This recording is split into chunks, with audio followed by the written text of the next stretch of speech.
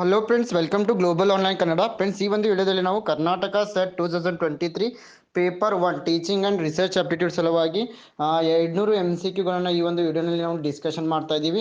ನೀವೇನಾದರೂ ಕರ್ನಾಟಕ ಸೆಟ್ಗಾಗಿ ಪ್ರಿಪ್ರೇಷನ್ನ ಮಾಡ್ತಾ ಇದ್ರೆ ಈ ಒಂದು ವಿಡಿಯೋ ನಿಮಗೆ ತುಂಬಾ ಹೆಲ್ಪ್ಫುಲ್ ಆಗಿದೆ. ಅದೇ ರೀತಿ KSET 2023 ಸಲುವಾಗಿ ನಾವು ಪೇಪರ್ 1ಗಾಗಿ ಕ್ರಾಶ್ ಕೋರ್ಸನ್ನು ಆರಂಭ ಮಾಡಿದ್ದೀವಿ. ಸೊ ಈ ಒಂದು ಕ್ರಾಶ್ ಕೋರ್ಸ್ನಲ್ಲಿ ನಿಮಗೆ ಕಂಪ್ಲೀಟ್ ಥಿಯರಿ ಲೆಕ್ಚರ್ಸನ್ನು ನೀಡ್ತಾ ಇದ್ದೀವಿ, MCQ ಲೆಕ್ಚರ್ಸನ್ನು ಕೊಡ್ತಾ ಇದ್ದೀವಿ. ಇದ್ರ ಜೊತೆಗೆ ನಿಮಗೆ previous year question paper, solve question papers ಅನ್ನ ಕೊಡ್ತಾ ಇದ್ದೀವಿ. ಆನ್ಸರ್ಸ್ ಸಂಪೂರ್ಣ ವಿವರಣೆ ನೀಡಲಾಗಿರುತ್ತೆ. ಜೊತೆಗೆ 50 ಮಾಕ್ ಟೆಸ್ಟ್ ಗಳನ್ನ ನೀಡ್ತಾ ಇದ್ದೀವಿ, ಮತ್ತೆ ನೋಟ್ಸ್ ಅನ್ನ ನೀಡ್ತಾ ಇದ್ದೀವಿ. ಸೊ ಇದು ನಿಮಗೆ ಕನ್ನಡ ಮತ್ತು ಇಂಗ್ಲಿಷ್ ಎರಡು ಲ್ಯಾಂಗ್ವೇಜ್ ನಲ್ಲಿ ಸಿಗ್ತಾ ಇದೆ. ಇದರ ಜೊತೆಗೆ ಪೇಪರ್ 2 ಸಲುವಾಗಿ ನಾವು ಕಂಪ್ಲೀಟ್ ನೋಟ್ಸ್ ಮತ್ತೆ 4000+ MCQs PDF ಅನ್ನ ಕೇವಲ 1000 rupees ನಲ್ಲಿ ನಿಮಗೆ ಕೊಡ್ತಾ ಇದ್ದೀವಿ. ಸೊ ಈ ಒಂದು ಕೋರ್ಸ್ಗೆ ನೀವು ಜಾಯಿನ್ ಆಗಲು ಗ್ಲೋಬಲ್ ಆನ್ಲೈನ್ ಆ್ಯಪ್ ಅನ್ನು ಡೌನ್ಲೋಡ್ ಮಾಡ್ಕೊಳ್ಬೇಕು, ಮತ್ತೆ ರಿಜಿಸ್ಟರ್ ಮಾಡಿ ನೀವು ಸರ್ಚ್ ನಲ್ಲಿ ನೀವು KSET ಪೇಪರ್ 1 ಅಥವಾ ಪೇಪರ್ 2 ಸಬ್ಜೆಕ್ಟ್ ಅನ್ನು ನೀವು ಸರ್ಚ್ ಮಾಡಿದ್ರೆ ಈ ಕೋರ್ಸಸ್ ನಿಮಗೆ ಅವೈಲೇಬಲ್ ಆಗ್ತಾ ಇದೆ. So let us move to the questions. The first question is RAM is placed on. RAM ಅನ್ನು ಯಾವುದರಲ್ಲಿ ಇರಿಸಲಾಗುತ್ತೆ? Option A hard disk, option B extension board, option C motherboard, option D USB.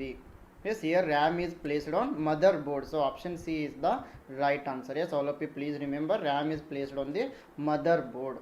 So RAM, it is located in motherboard. It stands for random access memory. And motherboard, it is a printed circuit board and foundation of a computer. This we know. And it allocates power and allows communication to the CPU, RAM and other computer components. Question number 2. Following are the statements regarding file transfer protocol. Choose the correct statements. So file transfer protocol FTP ಬಗ್ಗೆ ಕೆಲವು ಸ್ಟೇಟ್ಮೆಂಟ್ಗಳನ್ನು ಕೊಟ್ಟಿದ್ದಾರೆ. ಯಾವುದು ಸರಿಯಾಗಿದೆ ಎಂಬುದನ್ನು ನಾವು ಇಲ್ಲಿ tick ಮಾಡಬೇಕು. A. It is used to access the World Wide Web. B. It is used to download the data from file servers. C. It is used for very small files. D. Files are transferred from one device to another device. So 4 options are given here. The right answer is option A is correct here. A and B. Option 1 is correct. FTP, it is used to access the World Wide Web. So www. ಅಂತ ಹೇಳ್ತೀವಿ. ಇಂಟರ್ನೆಟನ್ನು access ಮಾಡಲು FTPಯನ್ನು ಬಳಕೆ ಮಾಡ್ತೀವಿ. It is use to download data from file servers. So ಸರ್ವರ್ಗಳಿಂದ ನಮಗೆ ಬೇಕಾದ ಮಾಹಿತಿಯನ್ನು ಡೌನ್ಲೋಡ್ ಮಾಡಿಕೊಳ್ಳಲು ನಾವು FTPಯನ್ನು ಬಳಕೆ ಮಾಡ್ತೀವಿ. ಎ ಮತ್ತು ಬಿ ಇಲ್ಲಿ ಎರಡು ಕೂಡ ಸರಿಯಾಗಿವೆ. Question number 3. Given below are two statements. Statement 1, .doc ಅಂದರೆ document file. It is a common file type for text documents. Statement 2, .jpg means joint photographic expert group file. It is a common file for video files. In light of the above statement, choose the correct answer from the options given below. So ಮೇಲೆ ಕೊಟ್ಟಿರೋ ಎರಡು ಸ್ಟೇಟ್ಮೆಂಟ್ಗಳಲ್ಲಿ ಸರಿಯಾದ ಸ್ಟೇಟ್ಮೆಂಟನ್ನು ನಾವು ಇಲ್ಲಿ ಕಂಡುಹಿಡಿಬೇಕಾಗ್ತಾ ಇದೆ. .doc ಏನಿದೆ, ಇದು ಒಂದು ಟೆಕ್ಸ್ಟ್ ಡಾಕ್ಯುಮೆಂಟ್ಗೆ ಅಂತ ಹೇಳ್ತಾ ಇದ್ದಾರೆ. ಅಂದರೆ ನಾವು ಯಾವುದೇ ಡಾಕ್ಯುಮೆಂಟನ್ನು ಸೇವ್ ಮಾಡುವಾಗ ಅಲ್ಲಿ ಕೊನೆಗೆ .doc ವರ್ಡ್ ಫೈಲನ್ನು ಸೇವ್ ಮಾಡುವಾಗ ಕೊನೆಗೆ .doc ಅಂತ ಬರುತ್ತೆ. ಸೊ ಅದೇ ರೀತಿ .jpg ಅಂತ ಬಂದರೆ ಇದು ವಿಡಿಯೋ ಫೈಲ್ಗೆ ಅಂತ ಹೇಳ್ತಿದ್ದಾರೆ. ಸೊ ತುಂಬ ಸರಳವಾದ ಪ್ರಶ್ನೆ. The right answer is option C. Statement 1 ಏನಾಗಿದೆ, ಸರಿಯಾಗಿದೆ. Statement 1 is to .doc, it is for text file, and statement 2 is wrong here because .jpg it is for photos, for graphics. So ಇಲ್ಲಿ .jpg ಏನಿದೆಯಲ್ಲ ಇದನ್ನು ಫೋಟೋಸ್ಗಳನ್ನು save ಮಾಡಲು .jpg ಅಂತ ಬರುತ್ತೆ, ವಿಡಿಯೋಗಲ್ಲ. So ಹೀಗಾಗಿ ಇಲ್ಲಿ ಆಪ್ಷನ್ ಸಿ ಸರಿಯಾಗಿದೆ. Statement 1 is true but statement 2 is false. So .doc document files are Microsoft Word document files. They are used to store and share the text documents such as letters, report, presentations. For all this purpose .doc is used. JPG, it is used for image files. They are used to store, share images, photographs, drawings, diagrams, etc. Question number 4. Given below are two statements regarding the router. Statement 1, it enables data packets to be routed between different networks. Statement 2, it works in the data link layer. In light of the above statement, choose the correct answer. So ಇಲ್ಲಿ router ಬಗ್ಗೆ ಎರಡು ಸ್ಟೇಟ್ಮೆಂಟ್ಗಳನ್ನು ಕೊಟ್ಟಿದ್ದಾರೆ. Router, it enables data packets to be routed between different networks. Statement 2, it works in the data link layer. The right answer is option 4. Statement 1 is false but statement 2 is true. ಇಲ್ಲಿ it works in data link layer ಇದು ಸರಿಯಾಗಿದೆ. It enables data packets to be routed between different networks. ಇದೇನಾಗಿದೆ ಇಲ್ಲಿ wrong ಆಗಿದೆ. Question number 5. Which component of a computer is responsible for managing and controlling data storage devices such as hard disk drive, and state solid drives. Hard disk ಡ್ರೈವ್ಗಳು ಮತ್ತು ಘನಸ್ಥಿತಿಯ ಡ್ರೈವ್ಗಳಂತಹ data ಶೇಖರಣಾ ಸಾಧನಗಳನ್ನು ನಿರ್ವಹಿಸಲು ಮತ್ತು ನಿಯಂತ್ರಿಸಲು ಕಂಪ್ಯೂಟರ್ ಯಾವ ಘಟಕ ಕಾರಣವಾಗಿದೆ? ಆಪ್ಷನ್ ಎ ರ್ಯಾಮ್ ಅಂದರೆ random access memory, option B C P you means central processing unit, option C G P U means graphics processing unit, option D H D D controller hard disk drive controller. The right answer is option D hard disk drive controller. So hard disk drive controller, it is responsible for managing and controlling data storage devices such as hard disk drive or solid state drives.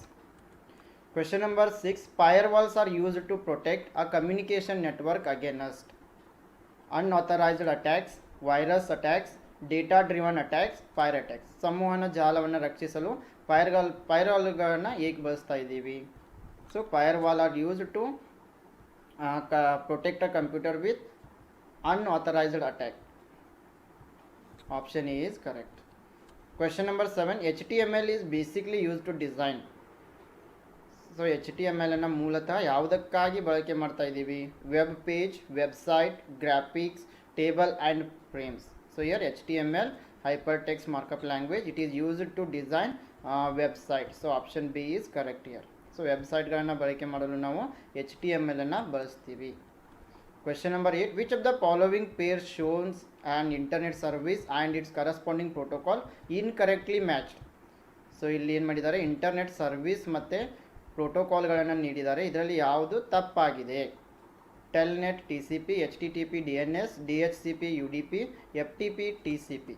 The right answer is option B is wrong here. HTTP DNS ಇದು ಏನಾಗಿದೆ, ಇಲ್ಲಿ ತಪ್ಪಾಗಿದೆ. So option B is correct. So DNS, it stands for domain name system. It is a system that translates domain names into IP addresses. And HTTP, hypertext transfer protocol. It is a protocol used to transfer hypertext documents such as web pages over the internet. Question number 9, first cyber law which provides the legal infrastructure for e-commerce in India is. ಭಾರತದಲ್ಲಿ E ಕಾಮರ್ಸ್ಗೆ ಕಾನೂನು ಮೂಲಸೌಕರ್ಯವನ್ನು ಒದಗಿಸುವ ಮೊದಲ cyber ಲಾ ಯಾವುದು? The information technology act 1996, the information technology act 2000, the information technology act 1998, the information technology act 1990. Here the correct answer for this question is option B, the information technology act 2000. Option B is correct. The Information Technology Act 2000, it is the first cyber law in India. It was first cyber law that provides the legal infrastructure for e-commerce in India. The Information Technology Act 2000, it was enacted on 9th June 2000. The Information Technology Act 2000 came into effect on 17th October 2000. And it has 94 sections divided into 13 chapters and 4 schedules. Question number 10, which of the following pairs of acronym and its expanded form is incorrectly matched? So ಇಲ್ಲಿ ಅಕ್ರಾನಿಮ್ ಮತ್ತು expanded ಫಾರ್ಮನ್ನು ಕೊಟ್ಟಿದ್ದಾರೆ, ಯಾವುದು ತಪ್ಪಾಗಿದೆ? OLED, organic light emitting diode, radar, radio detection and ranging, laser, light amplification by stimulated emission of radiation, JPEG, joint photographic expert group. The correct answer is option D, JPG, Joint Photographic Expert Group. This is incorrectly matched here. Remaining all are correct. So because JPG, Joint Photographic Expert Group, it is not export. So option D is correct. Question number 11, an ASCII, it is a character encoding scheme that is employed by personal computers in order to represent various characters, numbers and control keys that the computer user selects on the keyboard. ASCII, it stands for American Standard Code for Information Interchange, American Standard Code for Intelligent Information, American Standard Code for Information Integrity, American Standard Code for Isolated Information. The correct answer is option A. ASCII stands for American Standard Code for Information Interchange. Option A is correct. Question number 12, DVD technology uses an optical media to store the digital data. DVD, it is an acronym for DVD ತಂತ್ರಜ್ಞಾನ digital ಡೇಟಾವನ್ನು ಸಂಗ್ರಹಿಸಲು optical ಮಾಧ್ಯಮವನ್ನು ಬಳಸ್ತಾ ಇದೆ. DVD ಇದರ ಸಂಕ್ಷಿಪ್ತ ರೂಪ ಏನು? digital vector disk, digital volume disk, digital versatile disk, digital visualization disk. The right answer is option C. DVD stands for digital versatile disk. Question number 13. In web search, finding a large number of documents with very little relevant information, it is termed as. Web ಹುಡುಕಾಟದಲ್ಲಿ ಕಡಿಮೆ ಸಂಬಂಧಿತ ಮಾಹಿತಿಯೊಂದಿಗೆ ಹೆಚ್ಚಿನ ಸಂಖ್ಯೆಯ ಡಾಕ್ಯುಮೆಂಟ್ಗಳನ್ನು ಹುಡುಕುವುದಕ್ಕೆ ಏನಂತ ಕರಿತಾ ಇದ್ದೀವಿ? Poor recall, web crawl, poor precision rate, poor web response. The correct answer for this question is option B, web crawl. Question number 14. Given below are two statements. Statement 1, catchy memory is faster than the random access memory. Statement 2, random access memory is closer to the processor than catchy memory. In light of the above statement, choose the most appropriate answer from the options given below. So 4 options are given here. The right answer is option C. Statement 1 is correct, but statement 2 is incorrect. So catchy memory is faster than RAM. It is correct. Second one, random access memory is closer to the processor than catchy memory. This is wrong here. So statement 2 ಏನಾಗಿದೆ? ತಪ್ಪಾಗಿದೆ. Question number 15. Which of the following are tasks of web browser? ಇಲ್ಲಿ web ಬ್ರೌಸರ್ನ ಕಾರ್ಯಗಳು ಯಾವುವು? Option A, rendering HTML, CSS and JavaScript. B, executing server side database operations. Providing an interface for users to interact with web content. 4 options are given. The right answer is option C. A and C are correct. Rendering HTML, CSS and JavaScript. Providing an interface for users to interact with web content. These are correct. A web browser, it is a software application that allows user to access and view websites. It does this by retrieving web pages from web servers and displaying them on the user's device. Question number 16. Which of the following file format is not a video file format? ಕೆಳಗಿನವುಗಳಲ್ಲಿ ಯಾವ ಒಂದು file format video file format ಆಗಿಲ್ಲ? Option A, AVI, option B, MOV, option C, MP4, option D, JPG. The correct answer is option D, JPG, because it is a image format. Question number 17. What is blog? Blog andre enu? Option A, online music. Option B, intranet. Option C, a personal or corporate website in the form of an online journal. Option D, a personal or corporate Google search. So blog means it is a personal or corporate website in the form of an online journal. Option C is correct. Question number 18. Corel Draw, it is a popular. Corel Draw ಏನಾಗಿದೆ? Option A, illustration program, programming language, text program, none of the above. So Corel Draw, it is an illustration program. So option A is correct here. Question number 19. The speed of the processor of a computer is measured in. ಕಂಪ್ಯೂಟರ್ನ ಪ್ರೊಸೆಸರ್ನ ವೇಗವನ್ನು ಯಾವುದರಲ್ಲಿ ಅಳಿತಾ ಇದ್ದೀವಿ?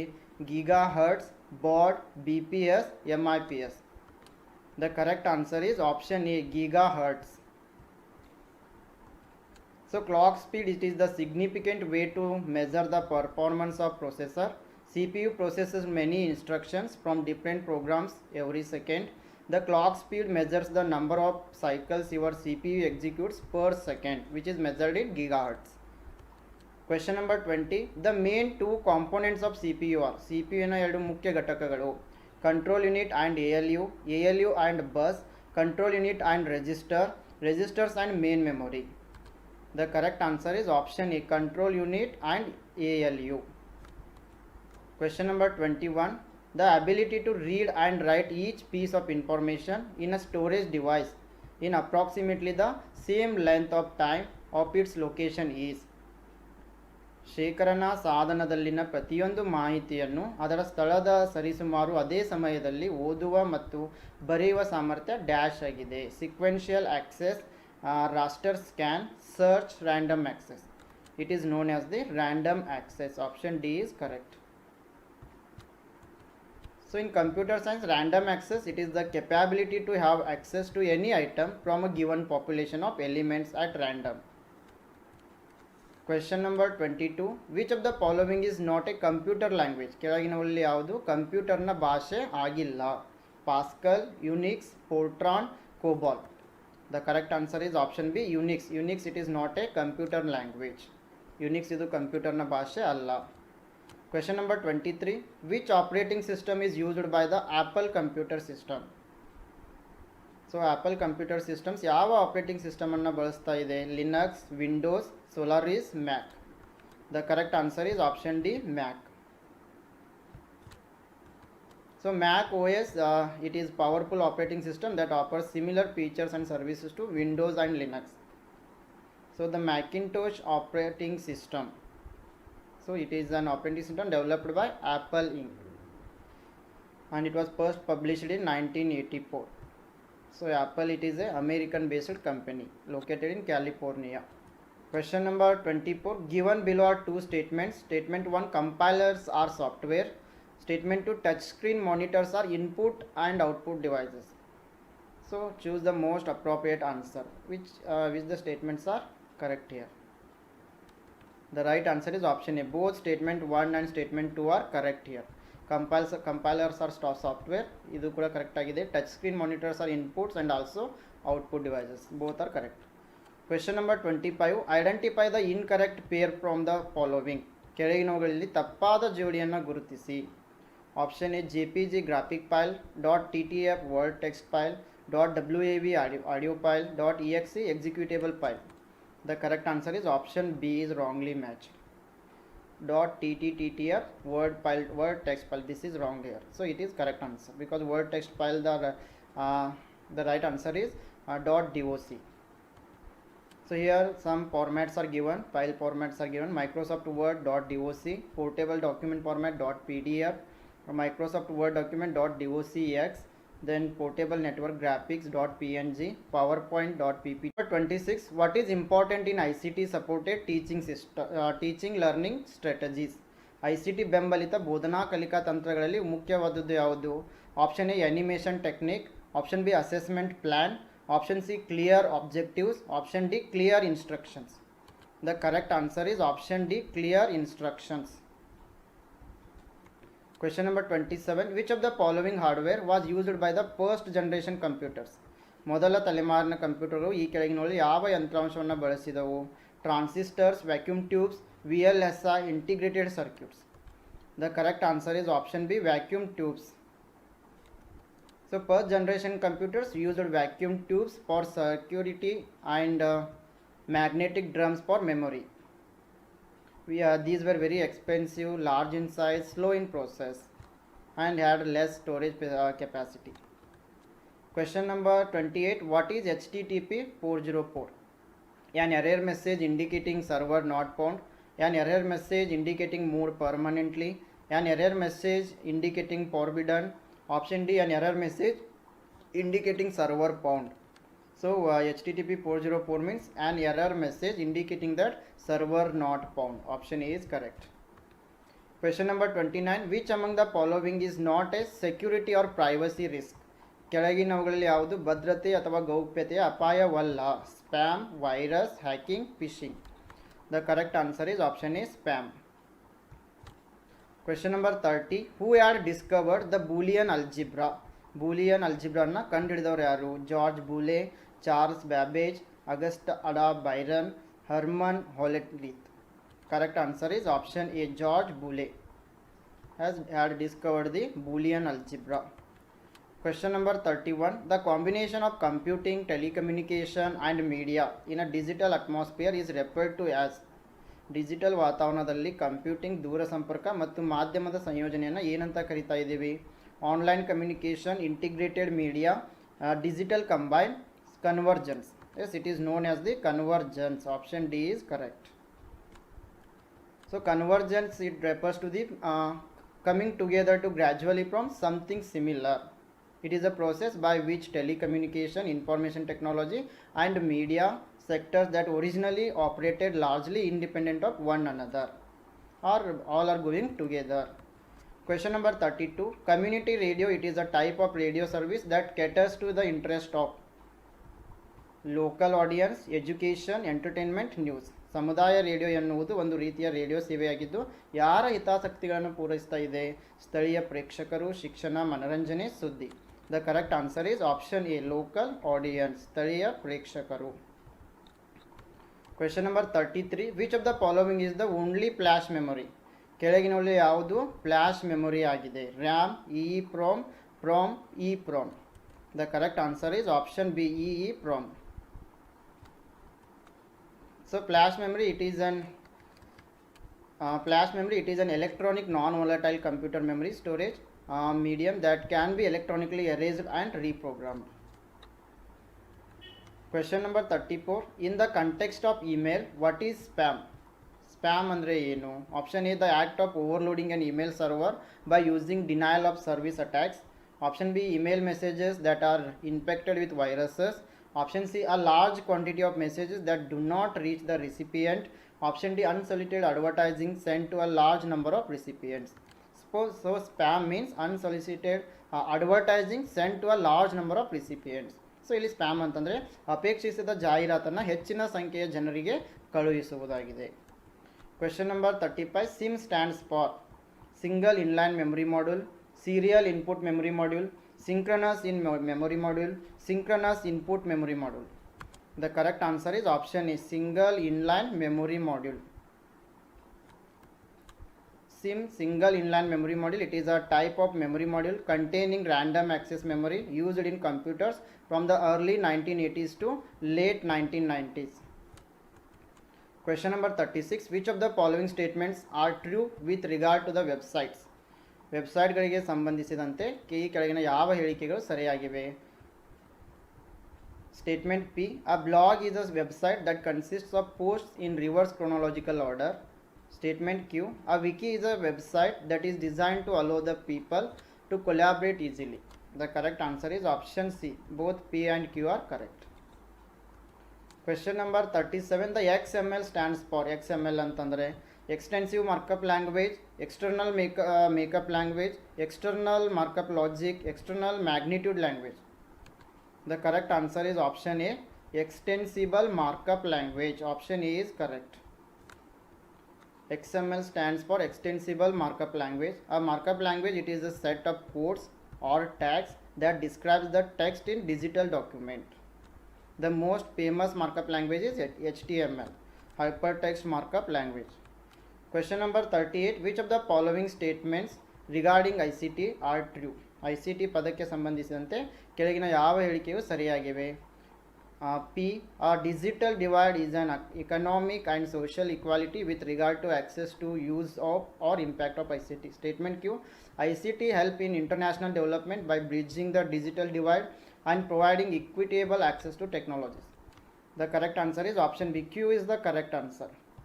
Option P statement is wrong here. Question number 39. The standard size of IP address is IP ವ್ಯಾಸದ ಪ್ರಮಾಣಿತ ಗಾತ್ರ 16 bits, 32 bits, 48 bits, 64 bits. The correct answer is option B. IP address, it is a 32 bits in size. So to your computer, an IP address, it is a 32 bit number subdivided into port parts.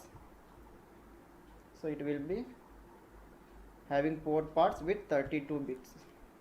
Question number 40. The algorithm is basically algorithm antandre a solution of a program, random idea about a program, the logical flow of a program, none of the above.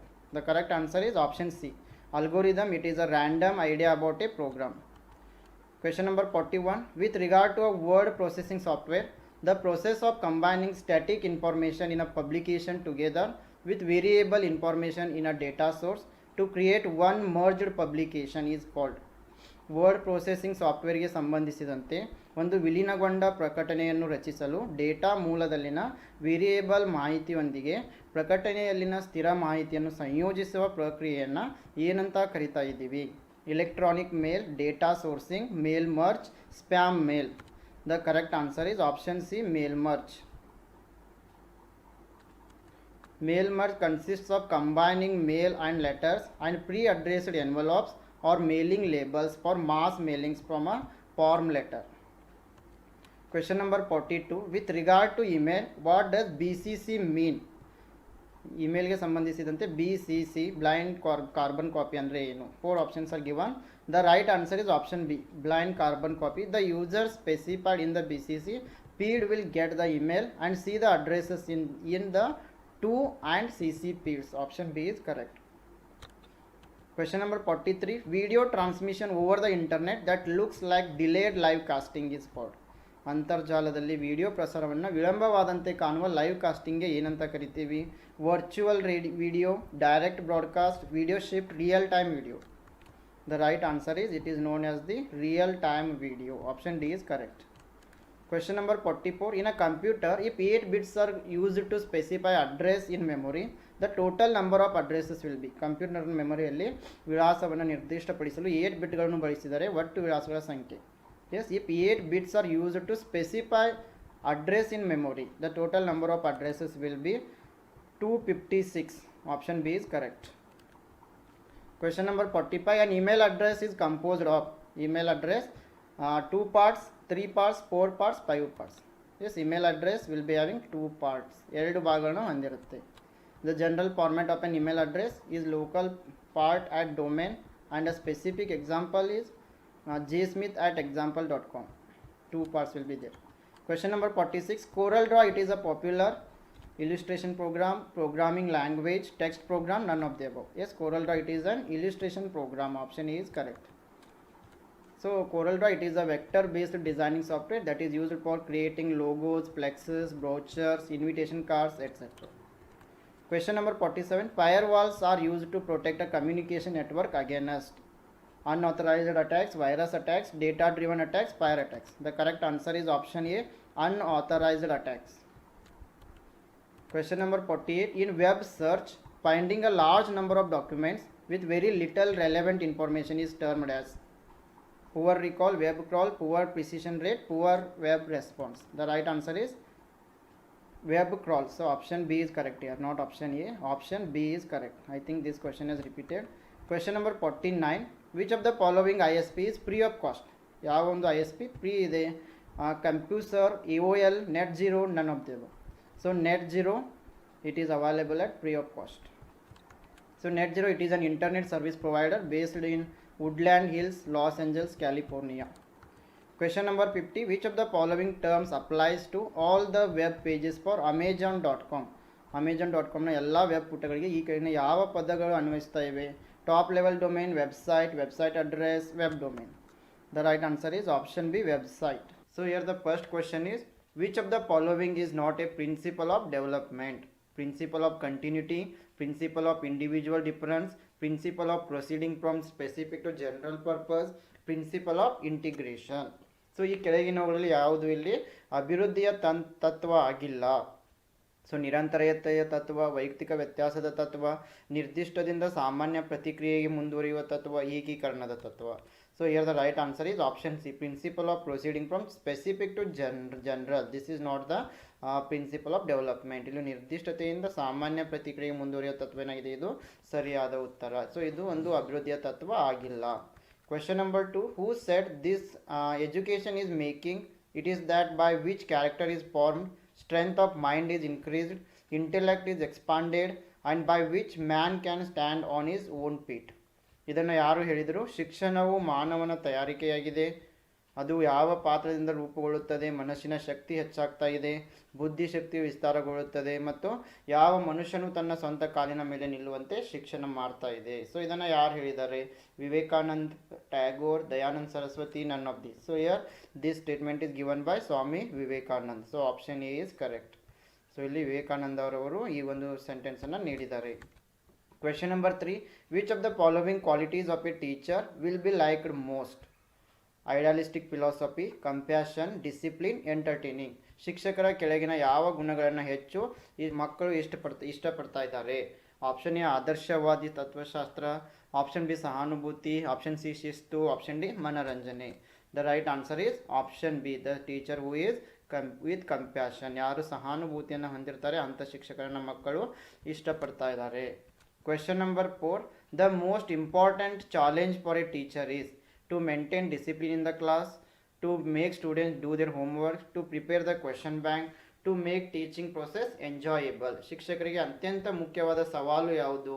ತರಗತಿಯಲ್ಲಿ ಶಿಸ್ತನ್ನು ಕಾಪಾಡಿಕೊಳ್ಳುವುದು, ವಿದ್ಯಾರ್ಥಿಗಳು ತಮ್ಮ ಮನೆ ಕೆಲಸವನ್ನು ಮಾಡುವಂತೆ ಮಾಡುವುದು, ಪ್ರಶ್ನೆ ಬ್ಯಾಂಕನ್ನು ಸಿದ್ಧಪಡಿಸುವುದು, ಬೋಧನಾ ಪ್ರಕ್ರಿಯೆಯನ್ನು ಆನಂದದಾಯಕವಾಗಿಸುವುದು. So the important challenge to the teacher is to make the teaching and learning process enjoyable. So ಈ ಬೋಧನಾ ಕಲಿಕಾ ಪ್ರಕ್ರಿಯೆ ಏನದಲ್ಲ, ಮಕ್ಕಳು ಆನಂದವಾಗಿ ಕಲಿಯುವಂತೆ ಮಾಡುವುದು ಶಿಕ್ಷಕರ ಒಂದು ಮುಖ್ಯ ಸವಾಲಾಗಿರುತ್ತೆ. Question number 5. As a teacher, you should not demand your pupils which is beyond their stage of growth. If you do so, it only causes frustration, hypertension, and nervousness. Encouragement for more learning, both B and C. So ಶಿಕ್ಷಕರಾಗಿ ನೀವು ನಿಮ್ಮ ವಿದ್ಯಾರ್ಥಿಗಳ ಬೆಳವಣಿಗೆ ಹಂತವನ್ನು ಮೀರಿದ ಬೇಡಿಕೆಯನ್ನು ಕೇಳಬಾರ್ದು. So ನೀವು ಹಾಗೆ ಮಾಡಿದರೆ ಅದು ಯಾವುದಕ್ಕೆ ಕಾರಣವಾಗ್ತಾ ಇದೆ? ಆಪ್ಷನ್ ಎ ಹತಾಶೆ, ಆಪ್ಷನ್ ಬಿ ಹತಾಶೆ, ಉದ್ವೇಗ ಮತ್ತು ಅಂದರೆ ನರ್ವಸ್ನೆಸ್, ಆಪ್ಷನ್ ಸಿ ಹೆಚ್ಚಿನ ಕಲಿಕೆಗೆ ಉತ್ತೇಜನ, option D B and C. So here the right answer is option B. So it causes frustration, hypertension and nervousness. ಇದರಿಂದ ಮಕ್ಕಳು ಹತಾಶೆಗೊಳಗಾಗ್ತಾರೆ, ಉದ್ವೇಗಕ್ಕೆ ಒಳಗಾಗ್ತಾ ಇದ್ದಾರೆ. Question number 6. A teacher generally ask questions to his pupils during the lecture. Why? Option A, are students listening to the lecture attentively? Option B, to know which student is brilliant one. Option C, to know whether the students are understanding the lecture or not. Option D, to help the students. ಉಪನ್ಯಾಸದ ಸಮಯದಲ್ಲಿ ಶಿಕ್ಷಕರು ಸಾಮಾನ್ಯವಾಗಿ ತಮ್ಮ ವಿದ್ಯಾರ್ಥಿಗಳಿಗೆ ಪ್ರಶ್ನೆಗಳನ್ನು ಏಕೆ ಕೇಳ್ತಾ ಇದ್ದಾರೆ? ಆಪ್ಷನ್ ಎ, ವಿದ್ಯಾರ್ಥಿಗಳು ಉಪನ್ಯಾಸವನ್ನು ಗಮನವಿಟ್ಟು ಕೇಳುತ್ತಿದ್ದಾರೆ ಅಂತ ತಿಳಿದುಕೊಳ್ಳಲು. ಆಪ್ಷನ್ ಬಿ, ಯಾವ ವಿದ್ಯಾರ್ಥಿ ಬ್ರಿಲಿಯಂಟ್ ಇದ್ದಾನೆ ಅಂತ ತಿಳಿದುಕೊಳ್ಳಲು. ಆಪ್ಷನ್ ಸಿ, ವಿದ್ಯಾರ್ಥಿಗಳು ಉಪನ್ಯಾಸವನ್ನು ಅರ್ಥ ಮಾಡಿಕೊಳ್ಳುತ್ತಿದ್ದಾರೆ ಅಥವಾ ಇಲ್ಲವೇ ಎಂಬುದನ್ನು ತಿಳಿದುಕೊಳ್ಳಲು. ಆಪ್ಷನ್ ಡಿ, ವಿದ್ಯಾರ್ಥಿಗಳಿಗೆ ಸಹಾಯ ಮಾಡಲು. The right answer is option C, to know which student is brilliant, to know whether the students are understanding the lecture or not. So ಶಿಕ್ಷಕರು ಪಾಠ ಮಾಡಬೇಕಾದ್ರೆ ವಿದ್ಯಾರ್ಥಿಗಳು ಸರಿಯಾಗಿ ಅರ್ಥ ಮಾಡಿಕೊಳ್ತಾ ಇದ್ದಾರೆ ಅಥವಾ ಇಲ್ಲವೇ ಎಂಬುದನ್ನು ತಿಳ್ಕೊಳ್ಳಲು ಶಿಕ್ಷಕರು ಮೇಲಿಂದ ಮೇಲೆ ಪ್ರಶ್ನೆಗಳನ್ನು ಕೇಳ್ತಾ ಇದ್ದಾರೆ. Question number 7. A competent teacher must have a sound knowledge in the right order. ಸಮರ್ಥ ಶಿಕ್ಷಕನು ಸರಿಯಾದ ಕ್ರಮದಲ್ಲಿ ತನ್ನ ಜ್ಞಾನವನ್ನು ಯಾವ ರೀತಿ ಹೊಂದಿಸ್ತಾ ಇದ್ದಾನೆ? Option A, practice, concept, theory and research. Option B, theory, research, concept and practice. Option C, concept, theory, practice and research. Option D, research, practice, concept and theory. The correct order is option C is correct. Concept, theory, practice and research. So ಇಲ್ಲಿ ಸರಿಯಾದ ಉತ್ತರ ಪರಿಕಲ್ಪನೆ, ಸಿದ್ಧಾಂತ, ಅಭ್ಯಾಸ ಮತ್ತು ಸಂಶೋಧನೆ. Question number 8. Who advocated the creation of a classless society. ವರ್ಗರಹಿತ ಸಮಾಜದ ಸೃಷ್ಟಿಯನ್ನು ಪ್ರತಿಪಾದಿಸಿದವರು ಯಾರು? Plato, August Comte, M K Gandhi, Karl Marx. The right answer is option D, Karl Marx. Question number 9. The Vedas teach us that creation is without beginning, creation is without an end, creation is without beginning and without an end, creation has a definite beginning and also on end. ವೇದಗಳು ನಮಗೆ ಏನನ್ನು ಕಲಿಸ್ತಾ ಇವೆ? ಸೃಷ್ಟಿಯ ಪ್ರಾರಂಭವಿಲ್ಲದೆ ಇದೆ, ಸೃಷ್ಟಿಗೆ ಅಂತ್ಯವಿಲ್ಲ, ಸೃಷ್ಟಿಯು ಆರಂಭವಿಲ್ಲದೆ ಮತ್ತು ಅಂತ್ಯವಿಲ್ಲ, ಸೃಷ್ಟಿಗೆ ಒಂದು ನಿರ್ದಿಷ್ಟ ಆರಂಭ ಮತ್ತು ಅಂತ್ಯವಿದೆ. The right answer is option C, creation is without beginning and without an end. So ಈ ಸೃಷ್ಟಿಗೆ ಯಾವುದೇ ರೀತಿಯ ಆರಂಭವಿಲ್ಲ ಮತ್ತು ಯಾವುದೇ ರೀತಿಯ ಅಂತ್ಯ ಕೂಡ ಇಲ್ಲ. Question number 10. Epistemology is the branch of philosophy which deals with the theories of reality, existence, knowledge, values. ಜ್ಞಾನಶಾಸ್ತ್ರವು ತತ್ವಶಾಸ್ತ್ರದ ಒಂದು ಶಾಖೆಯಾಗಿದ್ದು ಇದು ಯಾವ ಸಿದ್ಧಾಂತಗಳೊಂದಿಗೆ ವ್ಯವಹರಿಸ್ತಾ ಇದೆ? Option A, reality. Option B, ಅಸ್ತಿತ್ವ. ಆಪ್ಷನ್ ಸಿ, ಜ್ಞಾನ. ಆಪ್ಷನ್ ಡಿ, ಮೌಲ್ಯಗಳು. The correct answer is option C, knowledge. Epistemology deals with knowledge. ಜ್ಞಾನಶಾಸ್ತ್ರವು ಜ್ಞಾನದೊಂದಿಗೆ ವ್ಯವಹರಿಸ್ತಾ ಇದೆ. Question number 11. Given below are two statements, one labelled as assertion and other labelled as reason.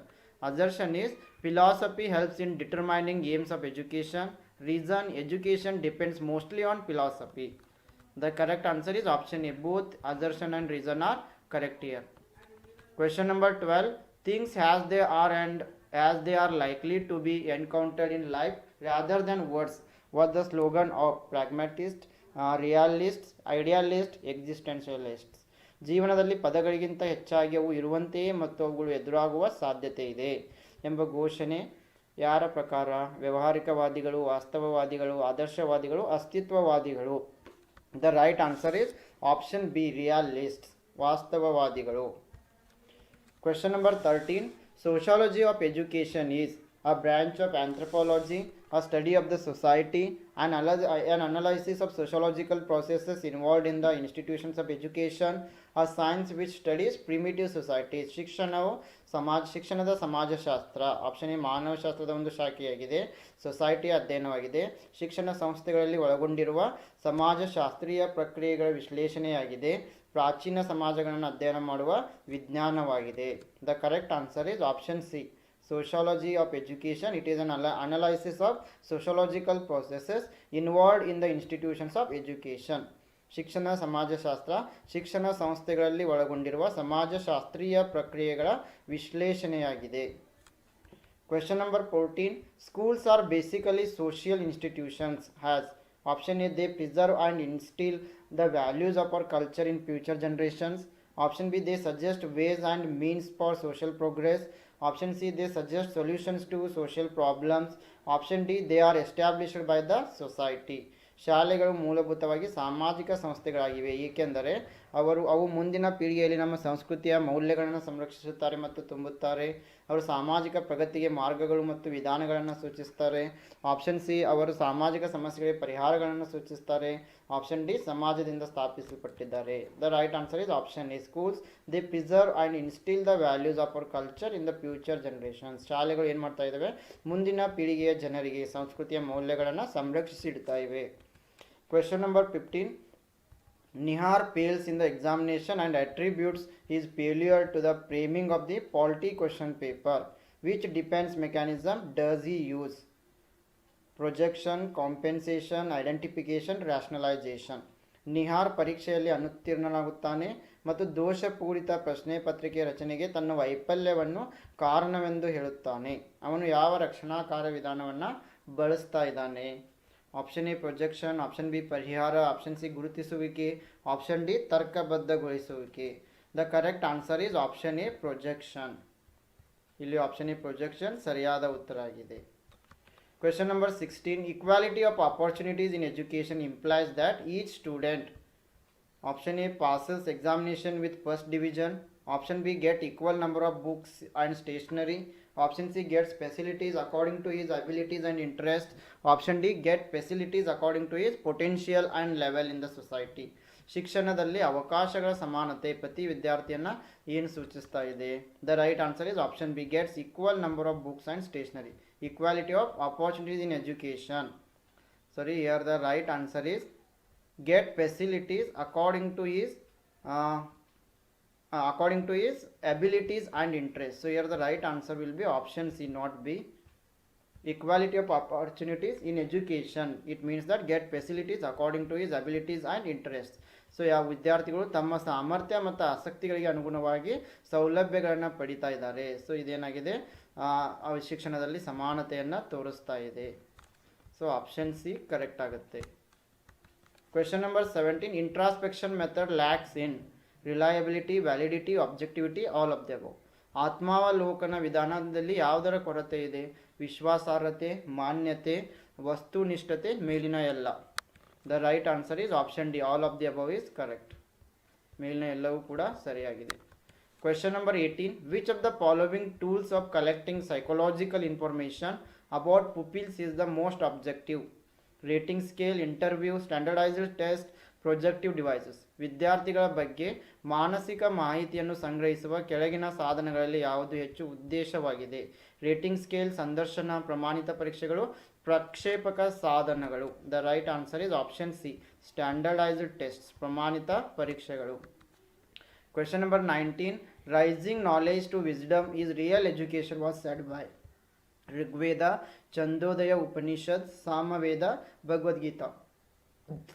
ಜ್ಞಾನವನ್ನು ಬುದ್ಧಿವಂತಿಕೆಗೆ ಏರಿಸುವುದು ನಿಜವಾದ ಶಿಕ್ಷಣ ಎಂದು ಯಾವುದರಲ್ಲಿ ಹೇಳಲಾಗಿದೆ? The right answer is option B, Chandogya Upanishad. So ಇಲ್ಲಿ ಚಾಂದೋಗ್ಯ ಉಪನಿಷತ್ನಲ್ಲಿ ಜ್ಞಾನವು ಬುದ್ಧಿವಂತಿಕೆಗೆ ಏರಿಸುವುದು ನಿಜವಾದ ಶಿಕ್ಷಣ ಅಂತ ಹೇಳಲಾಗಿದೆ. Question number 20. Project is a whole-hearted, purposeful activity proceeding on a social environment. It was defined by. Project ಸಾಮಾಜಿಕ ಪರಿಸರದ ಮೇಲೆ ಪೂರ್ಣ ಹೃದಯದ ಉದ್ದೇಶಪೂರ್ವಕ ಚಟುವಟಿಕೆಯಾಗಿದೆ. ಇದನ್ನು ಯಾರು ನೀಡಿದ್ದಾರೆ? John Dewey, Ballard, Kilpatrick, Adams. The right answer is option C, Kilpatrick. So ಇಲ್ಲಿ ಆಪ್ಷನ್ ಸಿ ಸರಿಯಾಗಿದೆ. Question number 21, socialisation is a process by which the individual is adapted to his classroom environment, social environment, political environment, cultural environment. ಸಾಮಾಜಿಕರಣ ಎನ್ನುವುದು ವ್ಯಕ್ತಿಯು ತನ್ನೊಂದಿಗೆ ಹೊಂದಿಕೊಳ್ಳುವ ಪ್ರಕ್ರಿಯೆಯಾಗಿದೆ. ಯಾವುದರೊಂದಿಗೆ? ತರಗತಿಯ ಪರಿಸರ, ಸಾಮಾಜಿಕ ಪರಿಸರ, ರಾಜಕೀಯ ಪರಿಸರ, ಸಾಂಸ್ಕೃತಿಕ ಪರಿಸರ. Socialization, it is a process by which individuals are going to adapt it to the social environment. So here the right answer will be option B, not A. ಸಾಮಾಜಿಕ ಪರಿಸರ ಸರಿಯಾದ ಉತ್ತರ ಆಗ್ತಾ ಇದೆ. Question number 22, which of the following theories of learning falls under connectionist theories?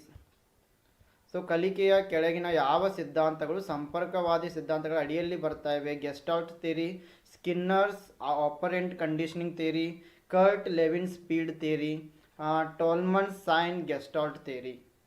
The right answer is option B, Skinner's operant conditioning theory. Skinner ಅವರ operating conditioning theory ಸರಿಯಾಗಿದೆ. Question number 23, the same number of boys and girls receiving educational services at different levels and diverse forms is an example of gender awareness, gender equity, gender parity, gender sensitivity. ಅದೇ ಸಂಖ್ಯೆ ಹುಡುಗರು ಮತ್ತು ಹುಡುಗಿಯರು ವಿವಿಧ ಹಂತಗಳಲ್ಲಿ ವೈವಿಧ್ಯಮಯ ರೂಪಗಳಲ್ಲಿ ಶೈಕ್ಷಣಿಕ ಸೇವೆಗಳನ್ನು ಪಡೆಯುತ್ತಿದ್ದಾರೆ. ಇದು ಯಾವುದರ ಉದಾಹರಣೆಯಾಗಿದೆ? ಲಿಂಗ ಅರಿವು, ಲಿಂಗ ಸಮಾನತೆ, ಲಿಂಗ gender parity, linga sukshmati. The right answer is option C, gender parity. Question number 24, the best way to inculcate learning on the uniqueness and diversity of a culture of a place is through making the children do the models relating to culture, asking the children to watch the news channels for updated information on culture, showing pictures from newspapers that depict culture. Option D, field trips to local, regional and art centers to understand the culture. The right answer is option D, field trips to local, regional, art centers to understand the culture. ಒಂದು ಸ್ಥಳದ ಸಂಸ್ಕೃತಿಯ ಅನನ್ಯತೆ ಮತ್ತು ವೈವಿಧ್ಯತೆಯ ಮೇಲೆ ಕಲಿಕೆಯನ್ನು ಕಲಿಸಲು ಉತ್ತಮ ಮಾರ್ಗ ಎಂದರೆ ಸಂಸ್ಕೃತಿಯನ್ನು ಅರ್ಥ ಮಾಡಿಕೊಳ್ಳಲು ಸ್ಥಳೀಯ, ಪ್ರಾದೇಶಿಕ ಮತ್ತು ಕಲಾ ಕೇಂದ್ರಗಳಿಗೆ ಕ್ಷೇತ್ರ ಪ್ರವಾಸಗಳನ್ನು ಕೈಗೊಳ್ಳುವುದು. I mean on all-round drawing out of the best in the child and man, body, mind and spirit. ಶಿಕ್ಷಣದ ಮೂಲಕ ನನ್ನ ಪ್ರಕಾರ ಮಗು ಮತ್ತು ಪುರುಷನ ದೇಹ, ಮನಸ್ಸು, ಆತ್ಮದಲ್ಲಿ ಅತ್ಯುತ್ತಮವಾದ ಎಲ್ಲವನ್ನು ಹೊರತೆಗೆಯುವುದು. ಇದನ್ನು ಯಾರು ಹೇಳಿದ್ದಾರೆ? Rabindranath Tagore, Shri Aurobindo, Mahatma Gandhi, Swami Vivekananda. The correct answer is option C, Mahatma Gandhiji. Question number 26, which of the following strategy is the problem centred? ಈ ಕೆಳಗಿನ ಯಾವ ಕಾರ್ಯತಂತ್ರವು ಸಮಸ್ಯೆ ಕೇಂದ್ರಿತವಾಗಿದೆ? Discovery, heuristic, project, all of the above. The right answer is option D, all of the above. Question number 27, what should a teacher do before teaching the lesson? He should tell the answer of the lessons first. Lesson should be read by student. He should point out the meaning of difficult words of the lesson first. He should tell the main objectives of the lesson. ಪಾಠವನ್ನು ಕಲಿಸುವ ಮೊದಲು ಶಿಕ್ಷಕರು ಏನು ಮಾಡಬೇಕು? ಅವನು ಮೊದಲು ಪಾಠಗಳ ಉತ್ತರಗಳನ್ನು ಹೇಳಬೇಕು, ವಿದ್ಯಾರ್ಥಿಯಿಂದ ಪಾಠ ಓದಿಸಬೇಕು, ಪಾಠದ ಕಠಿಣ ಪದಗಳ ಅರ್ಥವನ್ನು ಮೊದಲು ವಿದ್ಯಾರ್ಥಿಗಳಿಗೆ ಹೇಳಬೇಕು, ಪಾಠದ ಮುಖ್ಯ ಉದ್ದೇಶಗಳನ್ನು ಹೇಳಬೇಕು. The right answer is option D, the teacher should tell the main objectives of the lesson. So ಪಾಠಕ್ಕಿಂತ ಮೊದಲು ಪಾಠದ ಉದ್ದೇಶಗಳನ್ನು ಮಕ್ಕಳಿಗೆ ಹೇಳಬೇಕು. Question number 28, muscular dystrophy. It is a type of mental disorder, learning disability, attention deficit disorder, locomotor impairment. Muscular dystrophy ಇದು ಯಾವ ಒಂದು ವಿಧವಾಗಿದೆ? ಮಾನಸಿಕ ಅಸ್ವಸ್ಥತೆ, ಕಲಿಕೆಯಲ್ಲಿ ಅಸಮರ್ಥತೆ, ಗಮನ ಕೊರತೆ ಕಾಯಿಲೆ, ಲೋಕೋಮೋಟರ್ ದುರ್ಬಲತೆ. The correct answer is option D, locomotor impairment, locomotor ದುರ್ಬಲತೆ. Question number 29, which of the following is the third law of learning as per Thorndike? Law of effect, law of multiple response, law of exercise, law of readiness. ಕೆಳಗಿನವುಗಳಲ್ಲಿ ಯಾವುದು ಥಾರ್ನ್ಡೈಕರ್ ಅವರ ಪ್ರಕಾರ ಕಲಿಕೆಯ ಮೂರನೇ ನಿಯಮವಾಗಿದೆ? The right answer is option A, law of effect, ಪರಿಣಾಮದ ಕಾನೂನು. Question number 30, teaching centred instruction which includes lecture, presentation and recitation is also known as classical instruction, direct instruction, old method instruction, none of this. ಉಪನ್ಯಾಸ, ಪ್ರಸ್ತುತಿ ಮತ್ತು ಪಠಣವನ್ನು ಒಳಗೊಂಡಿರುವ ಬೋಧನಾ ಕೇಂದ್ರಿತ ಸೂಚನೆಯನ್ನು dash ಎಂದು ಕರೆಯಲಾಗ್ತದೆ. ಶಾಸ್ತ್ರೀಯ ಸೂಚನೆ, ನೇರ ಸೂಚನೆ, ಹಳೆಯ ವಿಧಾನದ ಸೂಚನೆ ಇದ್ಯಾವುದು ಅಲ್ಲ. The correct answer is option B, direct instruction, ನೇರ ಸೂಚನೆ. Question number 31. Teaching by small and frequent short assignment techniques are useful for learning disabled, slow learners, educationally backward children, all of the above. ಸಣ್ಣ ಮತ್ತು ಆಗಾಗ ಸಣ್ಣ ನಿಯೋಜನಾ ತಂತ್ರಗಳ ಮೂಲಕ ಬೋಧನೆಯು ಡ್ಯಾಶ್ಗೆ ಉಪಯುಕ್ತವಾಗಿದೆ. ಕಲಿಕೆಯಲ್ಲಿ ಆಸಕ್ತರಾಗಿದ್ದವರಿಗೆ, ನಿಧಾನವಾಗಿ ಕಲಿಯುವವರಿಗೆ, ಶೈಕ್ಷಣಿಕವಾಗಿ ಹಿಂದುಳಿದ ಮಕ್ಕಳಿಗೆ, ಮೇಲಿನ ಎಲ್ಲ. The right answer is option D, all of the above. ಮೇಲಿನ ಎಲ್ಲವೂ ಸರಿಯಾಗಿವೆ. Question number 32. Providing temporary support and encouragement to students until help is no longer needed is called scaffolding, criticizing, appreciating, none of this. ಸಹಾಯ ಇನ್ನು ಮುಂದೆ ಅಗತ್ಯವಿಲ್ಲದ ತನ್ನ ವಿದ್ಯಾರ್ಥಿಗಳಿಗೆ ತಾತ್ಕಾಲಿಕ ಬೆಂಬಲ ಮತ್ತು ಪ್ರೋತ್ಸಾಹ ಒದಗಿಸುವುದನ್ನು ಏನಂತ ಕರಿತೀವಿ? ಸ್ಕ್ಯಾಫೋಲ್ಡಿಂಗ್. ಟೀಕಿಸುವುದು, ಮೆಚ್ಚುಗೆ ವ್ಯಕ್ತಪಡಿಸುವುದು ಇದ್ಯಾವುದು ಅಲ್ಲ. The right answer is option A, scaffolding. Question number 33. Realism is a philosophical approach that argues that ultimate reality is the world of ideas, experiences, observations, physical objects. ವಾಸ್ತವಿಕತೆಯು ಒಂದು ತಾತ್ವಿಕ ವಿಧಾನವಾಗಿದ್ದು ಅದು ಅಂತಿಮ ವಾಸ್ತವತೆಯ ಡ್ಯಾಶ್ ಪ್ರಪಂಚವಾಗಿದೆ. ಕಲ್ಪನೆಗಳು, ಅನುಭವಗಳು, ಅವಲೋಕನಗಳು, ಭೌತಿಕ ವಸ್ತುಗಳು. The right answer is option B, experiences, ಅನುಭವಗಳು. Question number 34. Teachers should read other books also except course books. What will be the benefit of it? ಶಿಕ್ಷಕರು ಪಠ್ಯ ಪುಸ್ತಕಗಳನ್ನು ಹೊರತುಪಡಿಸಿ ಇತರ ಪುಸ್ತಕಗಳನ್ನ ಓದಬೇಕು. ಅದರಿಂದ ಆಗುವ ಪ್ರಯೋಜನವೇನು? Option A, they can use their best time. Option B, they will get satisfaction and teach well. Option C, knowledge will be overall developed and they will teach well. Option D, people will know him as best teacher due to his way of teaching. The right answer is option C. Knowledge will be overall developed and they will teach well. So ಜ್ಞಾನವು ಒಟ್ಟಾರೆಯಾಗಿ ಅಭಿವೃದ್ಧಿಗೊಳ್ಳುತ್ತದೆ ಮತ್ತು ಅವರು ಚೆನ್ನಾಗಿ ಕಲಿಸುತ್ತಾರೆ. ಹಾಗಾಗಿ ಶಿಕ್ಷಕರು ಪಠ್ಯ ಪುಸ್ತಕಗಳ ಜೊತೆಗೆ ಇತರ ಪುಸ್ತಕಗಳನ್ನು ಓದಬೇಕು.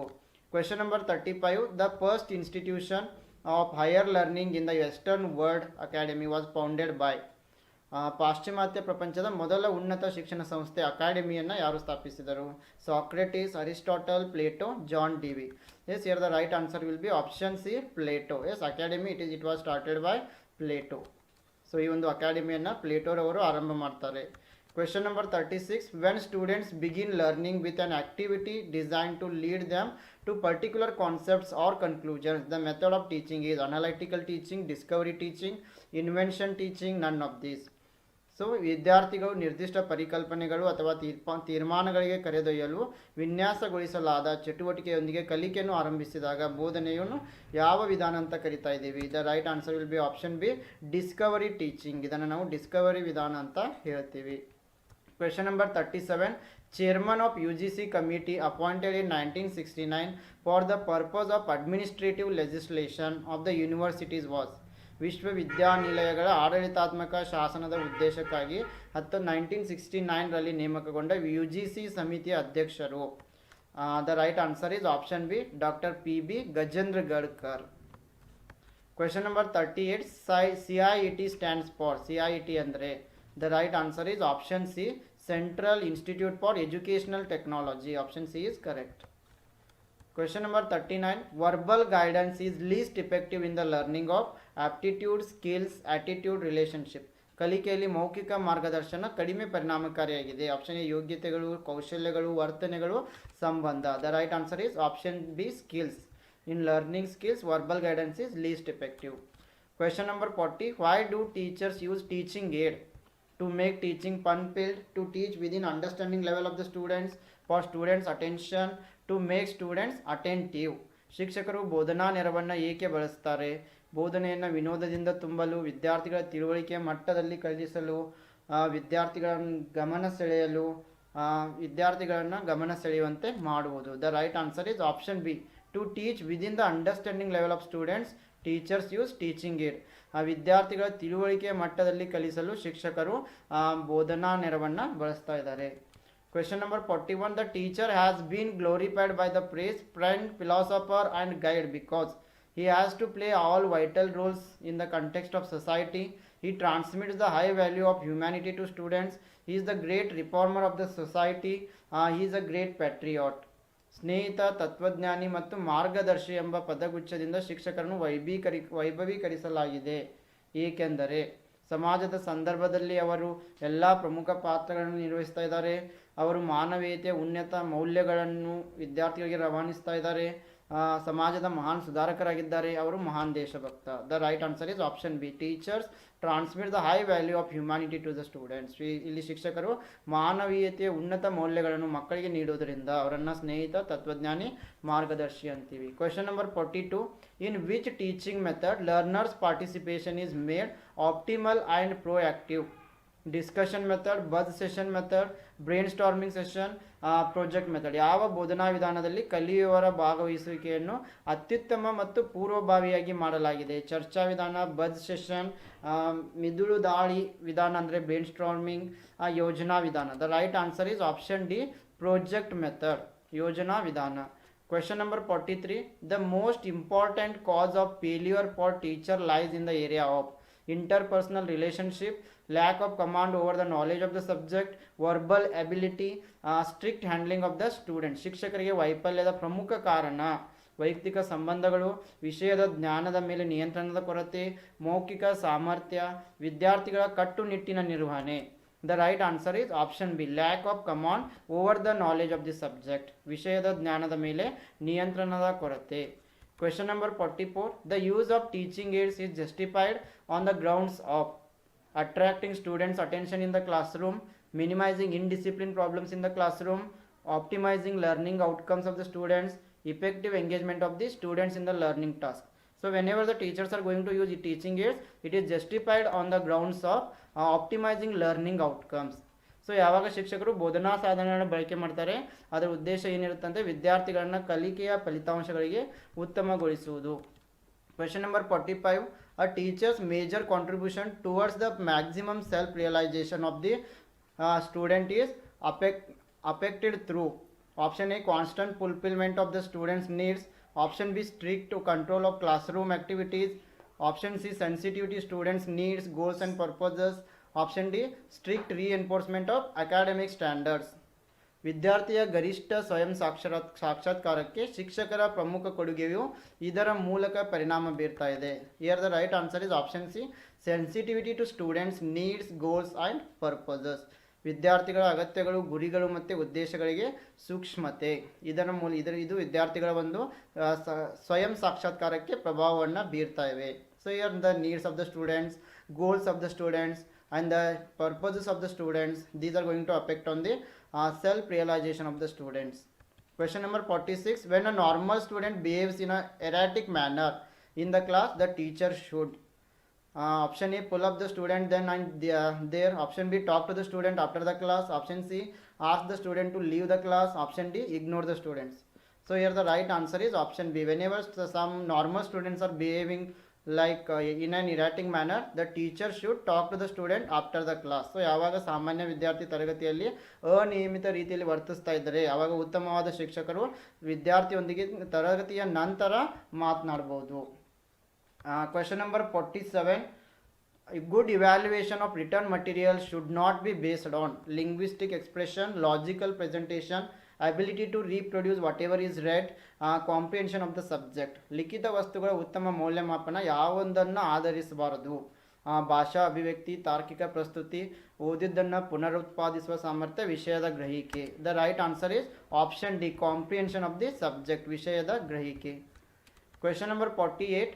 In which domain does the following objective fall?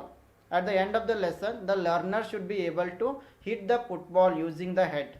So it comes under affective domain, cognitive domain, psychomotor domain, or option D, both A and C. So ಈ ಕೆಳಗಿನ ಉದ್ದೇಶ ಯಾವ ಡೊಮೇನ್ನಲ್ಲಿ ಬರ್ತಾ ಇದೆ? ಸೊ ನಮಗೆಲ್ಲ ಗೊತ್ತಿರುವೆ Benjamin Bloom's. These domains are given by Benjamin Bloom's. ಪಾಠದ ಕೊನೆಯಲ್ಲಿ ಕಲಿಯುವವರು ತಲೆಯನ್ನು ಬಳಸಿ ಫುಟ್ಬಾಲನ್ನು ಹೊಡೆಯಲು ಸಾಧ್ಯವಾಗ್ತಾ ಇದೆ. So this comes under psychomotor domain, that is third domain. And remember, these domains are given by Benjamin Blooms. Question number 49. The first virtual university of India came up in. ಭಾರತದ ಮೊದಲ ವರ್ಚುವಲ್ ವಿಶ್ವವಿದ್ಯಾಲಯ ಎಲ್ಲಿ ಹುಟ್ಟಿಕೊಂಡಿತು? Andhra Pradesh, Maharashtra, Uttar Pradesh, Tamil Nadu. Here the right answer will be Tamil Nadu. The first virtual university came up in Tamil Nadu. Question number 50, today's last question. Effective teaching is function of teachers' satisfaction, teachers' honesty and commitment, teachers making students learn and understand, teachers liking for professional excellence. ಪರಿಣಾಮಕಾರಿ ಬೋಧನೆ ಯಾವುದರ ಕಾರ್ಯವಾಗಿದೆ? ಶಿಕ್ಷಕರ ತೃಪ್ತಿ, ಶಿಕ್ಷಕರ ಪ್ರಾಮಾಣಿಕತೆ ಮತ್ತು ಬದ್ಧತೆ, ಶಿಕ್ಷಕರು ವಿದ್ಯಾರ್ಥಿಗಳಿಗೆ ಕಲಿಯುವಂತೆ ಮತ್ತು ಅರ್ಥ ಮಾಡಿಕೊಳ್ಳುವಂತೆ ಮಾಡುವುದು, ವೃತ್ತಿಪರ ಉತ್ಕೃಷ್ಟತೆಗೆ ಶಿಕ್ಷಕರ ಇಷ್ಟ. The right answer is option C, teachers making students learn and understand. So this is the main purpose of the teaching and learning process. The teacher wants students to learn. So ಇಲ್ಲಿ ಶಿಕ್ಷಕರ ಮುಖ್ಯ ಉದ್ದೇಶವೇ ವಿದ್ಯಾರ್ಥಿಗಳಿಗೆ ಕಲಿಸುವುದಾಗಿರುತ್ತದೆ. So ಹಾಗಾಗಿ option C ಸರಿಯಾಗಿ. So ನಾವು let us move to the questions. Here the first question is hindrance in socialisation is caused by. Option A religion, option B equality, option C politics, option D prejudices. So ಇಲ್ಲಿ socialisation ಅಂದರೆ ಸಾಮಾಜೀಕರಣದಲ್ಲಿ ಯಾವ ಒಂದು ಅಂಶದಿಂದ ಅಡಚಣೆ ಉಂಟಾಗ್ತಾ ಇದೆ? Option A ಧರ್ಮ, ಆಪ್ಷನ್ ಬಿ ಸಮಾನತೆ, ಆಪ್ಷನ್ ಸಿ ರಾಜಕೀಯ, ಆಪ್ಷನ್ ಡಿ ಪೂರ್ವಾಗ್ರಹ. So hindrance in socialization, it is mainly caused by the prejudices. Prejudices mean these are the negative statements. So ಇಲ್ಲಿ ಸಾಮಾಜೀಕರಣದಲ್ಲಿ ಪೂರ್ವಾಗ್ರಹಗಳಿಂದ ಏನಾಗ್ತಾ ಇದೆ, ಅಡಚಣೆ ಉಂಟಾಗ್ತಾ ಇದೆ. ಪೂರ್ವಾಗ್ರಹ ಅಂತಂದರೆ ಈಗಾಗಲೇ ಜನರು ಹೊಂದಿರುವ ನಕಾರಾತ್ಮಕ ಭಾವನೆಗಳು. So when people are having negative attitude or negative opinion against the some group of people or individuals which is known as the prejudices. So ಯಾವಾಗ ಜನರು ಯಾವುದೇ ಒಂದು ಗುಂಪಿನ ಬಗ್ಗೆ, ಬೇರೆ ಜನರ ಬಗ್ಗೆ ನಕಾರಾತ್ಮಕ ಭಾವನೆಗಳನ್ನು ಹೊಂದಿರ್ತಾರೆ, ಸೊ ಇದಕ್ಕೆ ನಾವು ಏನಂತ ಕರಿತಾ ಇದ್ದೀವಿ? Prejudice. So it is preconceived opinion that is not based on concrete experience. So ಈ ಎಲ್ಲ ಪೂರ್ವಾಗ್ರಹಗಳು ಒಂದು ಜನರು ಹೊಂದಿರುವ ನಕಾರಾತ್ಮಕ ಭಾವನೆಗಳಾಗಿರ್ತವೆ ಹೊರತು ಇವು ರಿಯಾಲಿಟಿಗೆ ತಕ್ಕಂತೆ ಇರಲ್ಲ. So the already held negative attitudes can't let the individual understand the societal norms, values and beliefs. So ಇಲ್ಲಿ ಆಲ್ರೆಡಿ ಜನರು ಯಾವುದೇ ಒಂದು ವಿಷಯದ ಬಗ್ಗೆ, ಗುಂಪಿನ ಬಗ್ಗೆ ನಕಾರಾತ್ಮಕ ಭಾವನೆಯನ್ನು ಹೊಂದಿರೋದರಿಂದ ಆ ಗುಂಪಿನ ಬಗ್ಗೆ, ರೀತಿ ನೀತಿಗಳ ಬಗ್ಗೆ, ಮೌಲ್ಯಗಳ ಬಗ್ಗೆ, ಆ ವಿಧಿವಿಧಾನಗಳ ಬಗ್ಗೆ ಅವರು ತಿಳಿದುಕೊಳ್ಳಲ್ಲ. For example, a negative attitude against someone just because of a gender, race, religion or beliefs. So when people are going to discriminate any other gender or any other religion, this is the best example for the prejudices. So ಯಾವಾಗ ಜನ ಬೇರೆ ಧರ್ಮವನ್ನು, ಬೇರೆ ಜಾತಿಯನ್ನು, ಬೇರೆ ಲಿಂಗದ ಬಗ್ಗೆ ನಕಾರಾತ್ಮಕ ಭಾವನೆಗಳನ್ನು ತೋರಿಸ್ತಾ ಇದ್ದಾರೆ, ಸೊ ಇದಕ್ಕೆ ನಾವು ಏನಂತ ಇದ್ದೀವಿ? ಪ್ರಿಜುಡೈಸಸ್. The next question is, which process of communication is the best for controlling noise in a classroom? Option A, by saying do not talk. So when students are going to talk in your class, they are going to make noise. So how you are going to control the class? Option A, you will say do not talk. Option B, you are going to raise your voice above the students level voice. Option C, you remain calm and just you look at the students. Option D, continue teaching without caring for noisy class. So you don't care, you will move on your lecture. So how you are going to control it? So ಇಲ್ಲಿ ತರಗತಿಯ ಕೋಣೆಯಲ್ಲಿ ಏನು ಮಾಡ್ತಾ ಇದ್ದಾರೆ, ನೀವು ಪಾಠ ಮಾಡಬೇಕಾದ್ರೆ ಮಕ್ಕಳು ನಾಯ್ಸನ್ನು ಮಾಡ್ತಾ ಇದ್ದಾರೆ, ಸೊ ಡಿಸ್ಟರ್ಬ್ ಮಾಡ್ತಾ ಇದ್ದಾರೆ. ಸೊ ನೀವು ಹೇಗೆ ಕಂಟ್ರೋಲ್ ಮಾಡ್ತೀರಾ? ಸೊ ಆಪ್ಷನ್ ಎ, ನೀವು ಮಕ್ಕಳಿಗೆ ಮಾತನಾಡಬೇಡಿ ಅಂತ ಹೇಳ್ತೀರಾ. ಆಪ್ಷನ್ ಬಿ, ವಿದ್ಯಾರ್ಥಿಗಳ ಧ್ವನಿಗಿಂತ ನಿಮ್ಮ ಧ್ವನಿಯನ್ನು ಹೆಚ್ಚಿಗೆ ಮಾಡ್ತೀರಾ. ಆಪ್ಷನ್ ಸಿ, ನೀವು ಶಾಂತವಾಗಿ ನಿಲ್ತೀರಾ ಮತ್ತು ವಿದ್ಯಾರ್ಥಿಗಳ ಕಡೆ ನೋಡ್ತಾ ಇದ್ದೀರಿ. ಆಪ್ಷನ್ ಡಿ, ಗದ್ದಲದ ತರಗತಿಗೆ ಕಾಳಜಿಯನ್ನು ವಹಿಸೋದಿಲ್ಲ. ಸೊ ಯಾವೆಲ್ಲ ಮಕ್ಕಳು ನಿಮಗೆ ತೊಂದರೆ ಮಾಡ್ತಾ ಇದ್ದಾರೆ, ಗದ್ದಲ ಮಾಡ್ತಾ ಇದ್ದಾರೆ, ಅವ್ರ ಬಗ್ಗೆ ನೀವು ಕೇರ್ ಮಾಡದೆ ತರಗತಿಯನ್ನು ಮುಂದುವರಿಸ್ತಾ ಇದ್ದೀರಿ. So here by saying do not talk, yes we repeat in the same class, we say students when they are disturbing or when they are busy in talking, we say don't talk. Yes, it is helpful, but the major is here, the most important method is remaining calm and just look at the students. So if you when students are making noise, if you just remain calm and just if you look at the students who are disturbing, so automatically they are going to stop making noise. So ಯಾವಾಗ ಮಕ್ಕಳು ತರಗತಿಯಲ್ಲಿ ನಿಮಗೆ ಡಿಸ್ಟರ್ಬನ್ನು ಮಾಡ್ತಾ ಇದ್ದಾರೆ, ನೀವು ಶಾಂತವಾಗಿ ನಿಂತು ವಿದ್ಯಾರ್ಥಿಗಳತ್ತ ನೋಡಿದರೆ ಅವರು ಕೆಲವು ಸೆಕೆಂಡ್ಗಳಲ್ಲಿ ಶಾಂತರಾಗ್ತಾ ಇದ್ದಾರೆ. ಸೊ ಇಲ್ಲಿ ಆಪ್ಷನ್ ಸಿ ಏನಾಗುತ್ತೆ? ಸರಿಯಾದ ಉತ್ತರ ಆಗುತ್ತೆ. So option C is the right answer. So ಇಲ್ಲಿ ಮಾತನಾಡಬೇಡ ಅಂತ ಹೇಳಿದ್ರೂ ಕೂಡ ವಿದ್ಯಾರ್ಥಿಗಳು ಕೇಳ್ತಾರೆ, ಬಟ್ ಕೆಲವೇ ಸಮಯದವರೆಗೆ ಕೇಳ್ತಾರೆ, ಮತ್ತೆ ರಿಪೀಟ್ ಮಾಡ್ತಾರೆ. ಹಾಗಾಗಿ ನಾವೇನು ಮಾಡಬೇಕು, ಅವರಿಗೆ ಸ್ವಲ್ಪ ಶಾಂತವಾಗಿದ್ದು ಅವ್ರ ಹತ್ರ ನೋಡಿದರೆ ಅವರು ಶಾಂತ ಆಗ್ತಾ ಇದ್ದಾರೆ. So question number 3, dysgraphia is a. Option A, speech disorder characterized by stuttering and errors in articulation. Option B, locomotor disorder characterized by gross motor impairment. Option C, neurological disorder characterized by trouble in forming letters and shapes. Option D, a psychological disorder characterized by of attention and impulsive lack behavior. Dysgraphia ಇದೊಂದು ಏನಾಗಿದೆ? Option A ಮಾತಿನ ಅಸ್ವಸ್ಥತೆಗೆ ಸಂಬಂಧಿಸಿದ್ದು, ತೊದಲಿಕೆ ಮತ್ತು ವಿಚಾರ ಮಾಡುವಾಗ ದೋಷಗಳಾಗ್ತಾ ಇವೆ. Option B ಇದೊಂದು ಲೋಕೋಮೋಟರ್ ಅಸ್ವಸ್ಥತೆಯಾಗಿದ್ದು ದುರ್ಬಲತೆಯಿಂದ ನಿರೂಪಿಸಲ್ಪಡ್ತಾ ಇದೆ. ಆಪ್ಷನ್ ಸಿ ಇದೊಂದು ನರವೈಜ್ಞಾನಿಕ ಅಸ್ವಸ್ಥತೆಯಾಗಿದ್ದು ಅಕ್ಷರಗಳು ಮತ್ತು ಆಕಾರಗಳನ್ನು ರೂಪಿಸಬೇಕಾದರೆ ಸಮಸ್ಯೆ ಎದುರಾಗ್ತಾ ಇದೆ. ಆಪ್ಷನ್ ಡಿ ಇದೊಂದು ಮಾನಸಿಕ ಅಸ್ವಸ್ಥತೆಯಾಗಿದ್ದು ಗಮನ ಹರಿಸಬೇಕಾದರೆ ಈ ವಿದ್ಯಾರ್ಥಿಗಳಿಗೆ ಅಟೆನ್ಷನ್ನ ಕೊರತೆ ಆಗ್ತಾ ಇದೆ. So here dysgraphia, here the right answer is option C. Please remember, dysgraphia, it is a neurological disorder. Here students are going to face trouble while forming the letters or while making the shapes or diagrams. So dysgraphia ಅಂತಂದರೆ ಇದೊಂದು ನರವೈಜ್ಞಾನಿಕ ಅಸ್ವಸ್ಥತೆಯಾಗಿದೆ. ಇಲ್ಲಿ ಮಕ್ಕಳು ಏನು ಮಾಡ್ತಾ ಇದ್ದಾರೆ ಅಂತಂದರೆ ಅಕ್ಷರಗಳನ್ನು ಜೋಡಿಸಬೇಕಾದ್ರೆ ಅಥವಾ ಆಕಾರಗಳನ್ನು ತೆಗಿಬೇಕಾದ್ರೆ, ಚಿತ್ರಗಳನ್ನು ತೆಗಿಬೇಕಾದ್ರೆ ಅವರು ದೋಷಗಳನ್ನು ಎದುರಿಸ್ತಾ ಇದ್ದಾರೆ. So option C here the right answer.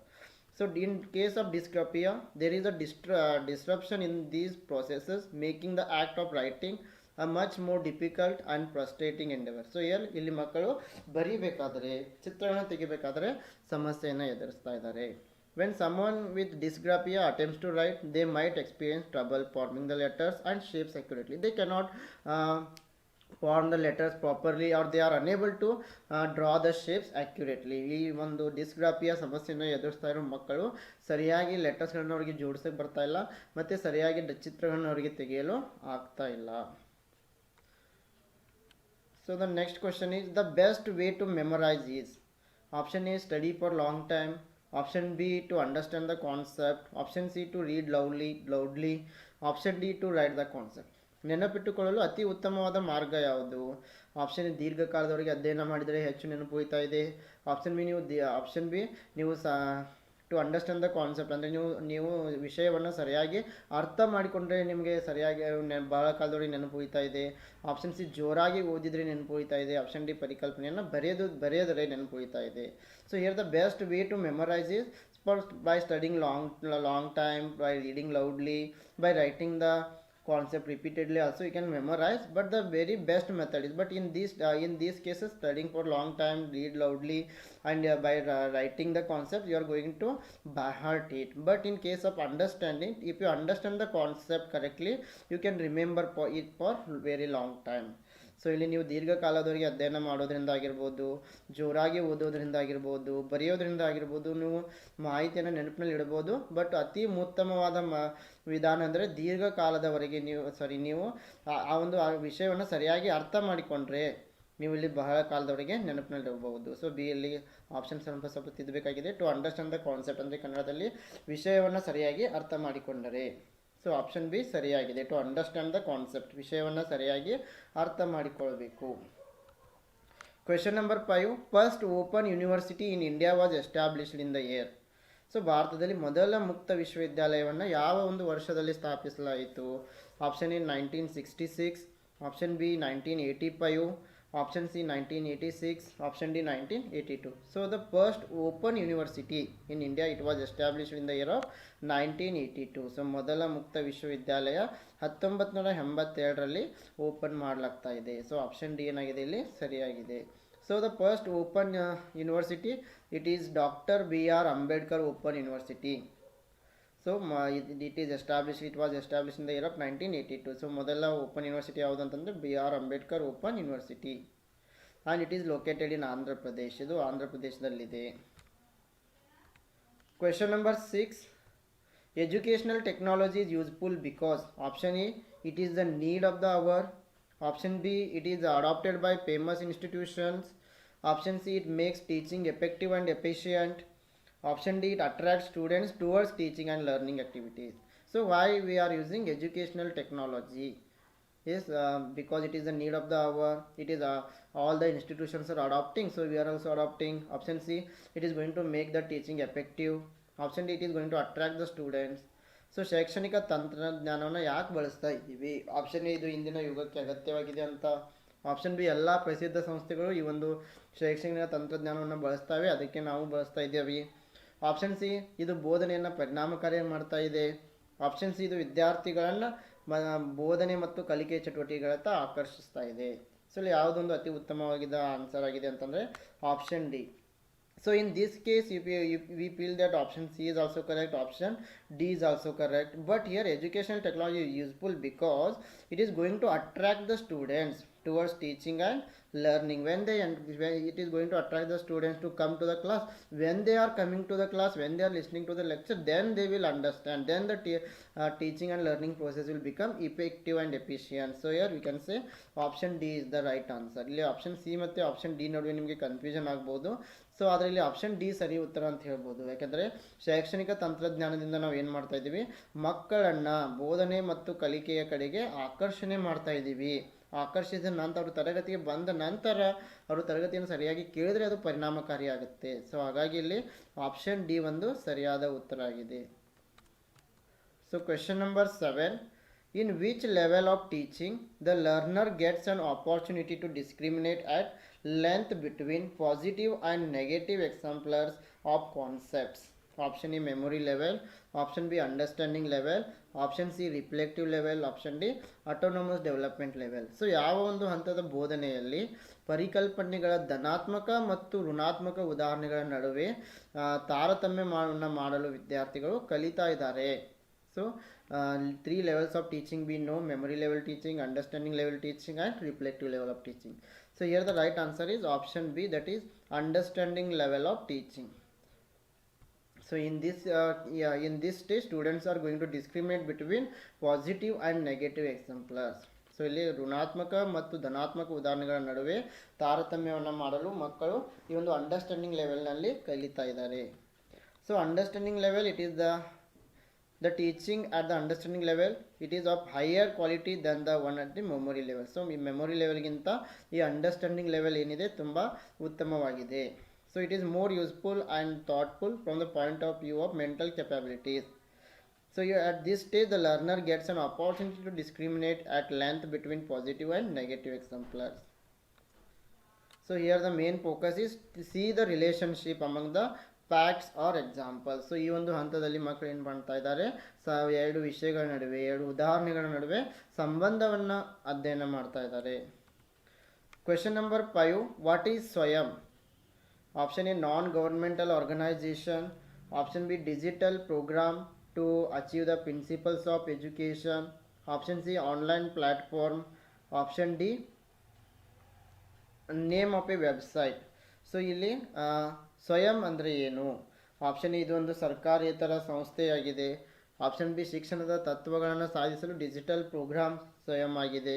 Option C ಇದೊಂದು ಆನ್ಲೈನ್ ವೇದಿಕೆಯಾಗಿದೆ. ಆಪ್ಷನ್ ಡಿ ಇದೊಂದು ವೆಬ್ಸೈಟ್ನ ಹೆಸರಾಗಿದೆ.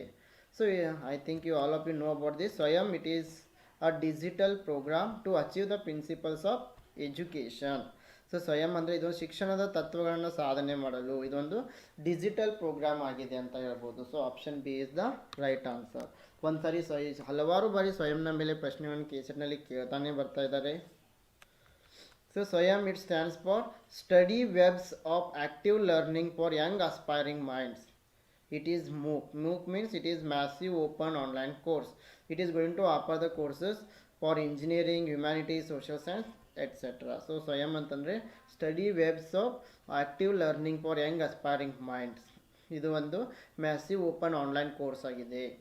ಸೊ ಇದು ಹಲವಾರು ಕೋರ್ಸ್ಗಳಿಗೆ ಆನ್ಲೈನ್ ಕ್ಲಾಸಸ್ಗಳನ್ನು ನೀಡ್ತಾ ಇದೆ.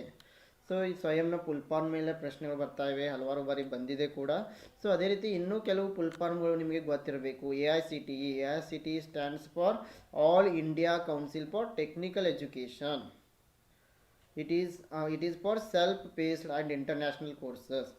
Next one is NPTEL. It stands for National Program on Technology Enhanced Learning.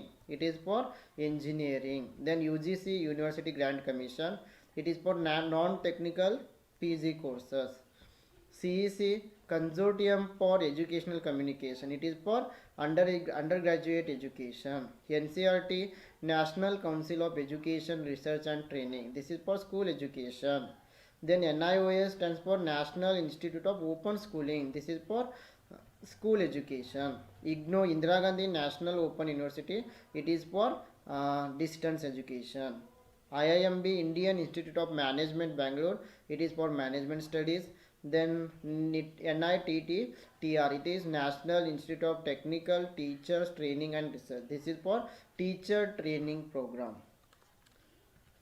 Question number 6, student centric classroom is mean for option A, addressing individual differences, option B, reducing teacher oriented lectures, option C, recalling the previous knowledge, option D, engaging the entire class.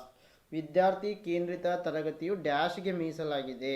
Option A, ವೈಯಕ್ತಿಕ ವ್ಯತ್ಯಾಸಗಳನ್ನು ಪರಿಹರಿಸುವುದು, option B, ಶಿಕ್ಷಕ ಆಧಾರಿತ ಉಪನ್ಯಾಸಗಳನ್ನು ಕಡಿಮೆಗೊಳಿಸುವುದು, option C, ಹಿಂದಿನ ಜ್ಞಾನವನ್ನು ನೆನಪಿಸಿಕೊಳ್ಳುವುದು, option D, ಇಡೀ ವರ್ಗವನ್ನು ತೊಡಗಿಸಿಕೊಳ್ಳುವುದು. So here student centric class room, it is for addressing individual differences. So ವಿದ್ಯಾರ್ಥಿ ಕೇಂದ್ರಿತ ತರಗತಿಯ ಮುಖ್ಯ ಗುರಿ ಏನೆಂದರೆ ವೈಯಕ್ತಿಕ ವ್ಯತ್ಯಾಸಗಳನ್ನು ಪರಿಹರಿಸುವುದು, ಮಕ್ಕಳ ವೈಯಕ್ತಿಕ ಸಮಸ್ಯೆಗಳನ್ನು ಪರಿಹರಿಸುವುದು ಇದರ ಒಂದು ಮುಖ್ಯ ಉದ್ದೇಶವಾಗಿದೆ. So student center or learner centered, it is the approach for teaching and learning process. Here learner or child is the main focus, not teacher. ಇಲ್ಲಿ ಚೈಲ್ಡ್ ಅಥವಾ ಕಲಿಯುವವರು ಮುಖ್ಯ ಒಂದು ಪಾತ್ರವನ್ನು ವಹಿಸ್ತಾ ಇದ್ದಾರೆ. It emphasises learning rather than teaching, ಇದು ಬೋಧನೆಗಿಂತ ಕಲಿಕೆಗೆ ಒಂದು ಹೆಚ್ಚಿನ ಮಹತ್ವವನ್ನು ನೀಡ್ತಾ ಇದೆ. So the main aim of this is all round development, ಮಗುವಿನ ಒಂದು ಸರ್ವಾಂಗೀಣ ಅಭಿವೃದ್ಧಿ ಈ ಲರ್ನರ್ ಸೆಂಟರ್ಡ್ ಎಜುಕೇಷನ್ ಒಂದು ಮುಖ್ಯ ಗುರಿಯಾಗಿದೆ. Question number 7, academic learning time does not depend upon option A content, option B difficulty level of the content, option C time spent for learning, option D students attitude towards learning. ಈ ಒಂದು ಶೈಕ್ಷಣಿಕ ಕಲಿಕೆಯ ಸಮಯ ಯಾವುದರ ಮೇಲೆ ಅವಲಂಬಿತ ಆಗಿಲ್ಲ. Option A ವಿಷಯದ ಮೇಲೆ ಅವಲಂಬಿತವಾಗಿಲ್ಲ, ಆಪ್ಷನ್ ಬಿ ವಿಷಯದ ತೊಂದರೆಯ ಮಟ್ಟದ ಮೇಲೆ, ಆಪ್ಷನ್ ಸಿ ಕಲಿಕೆಗಾಗಿ ಸಮಯ ಕಳೆಯುವುದು, ಆಪ್ಷನ್ ಡಿ ಕಲಿಕೆಯ ಕಡೆಗೆ ವಿದ್ಯಾರ್ಥಿಗಳ ವರ್ತನೆಯನ್ನು ಬದಲಾಯಿಸುವುದು. So here the right answer is option D, students attitude towards learning.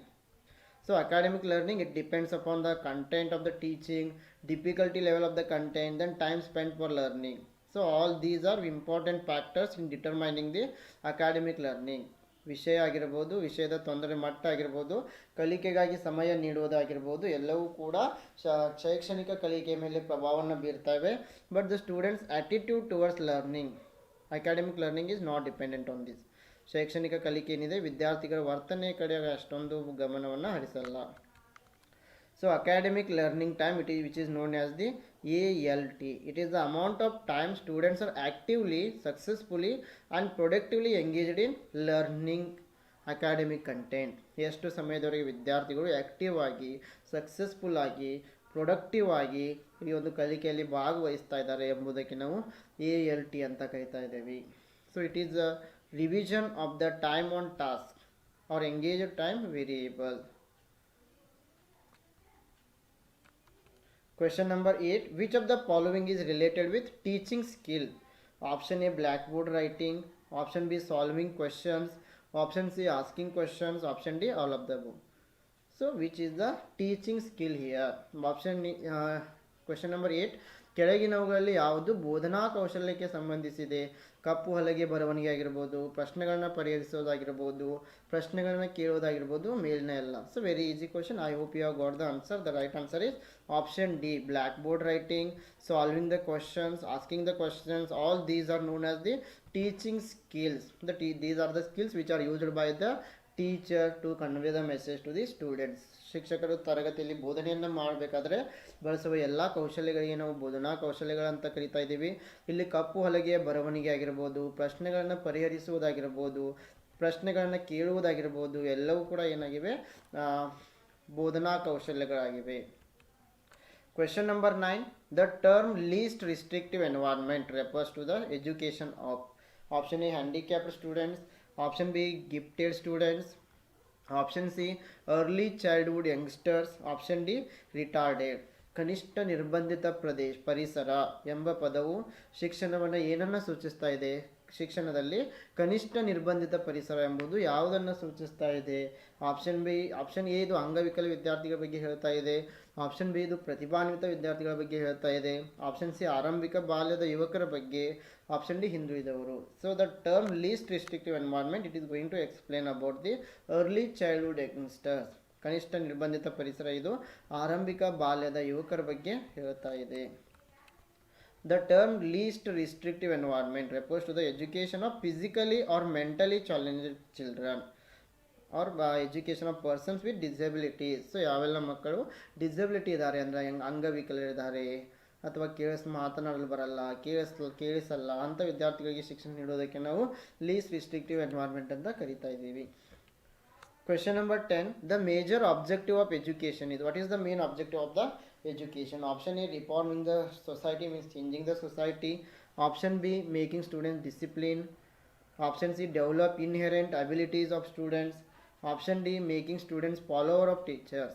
ಶಿಕ್ಷಣದ ಪ್ರಮುಖ ಉದ್ದೇಶ ಏನಾಗಿದೆ? ಆಪ್ಷನ್ ಎ, ಸಮಾಜವನ್ನು ಸುಧಾರಿಸುವುದು. ಆಪ್ಷನ್ ಬಿ, ವಿದ್ಯಾರ್ಥಿಗಳನ್ನು ಶಿಸ್ತುಬದ್ಧರನ್ನಾಗಿ ಮಾಡುವುದು.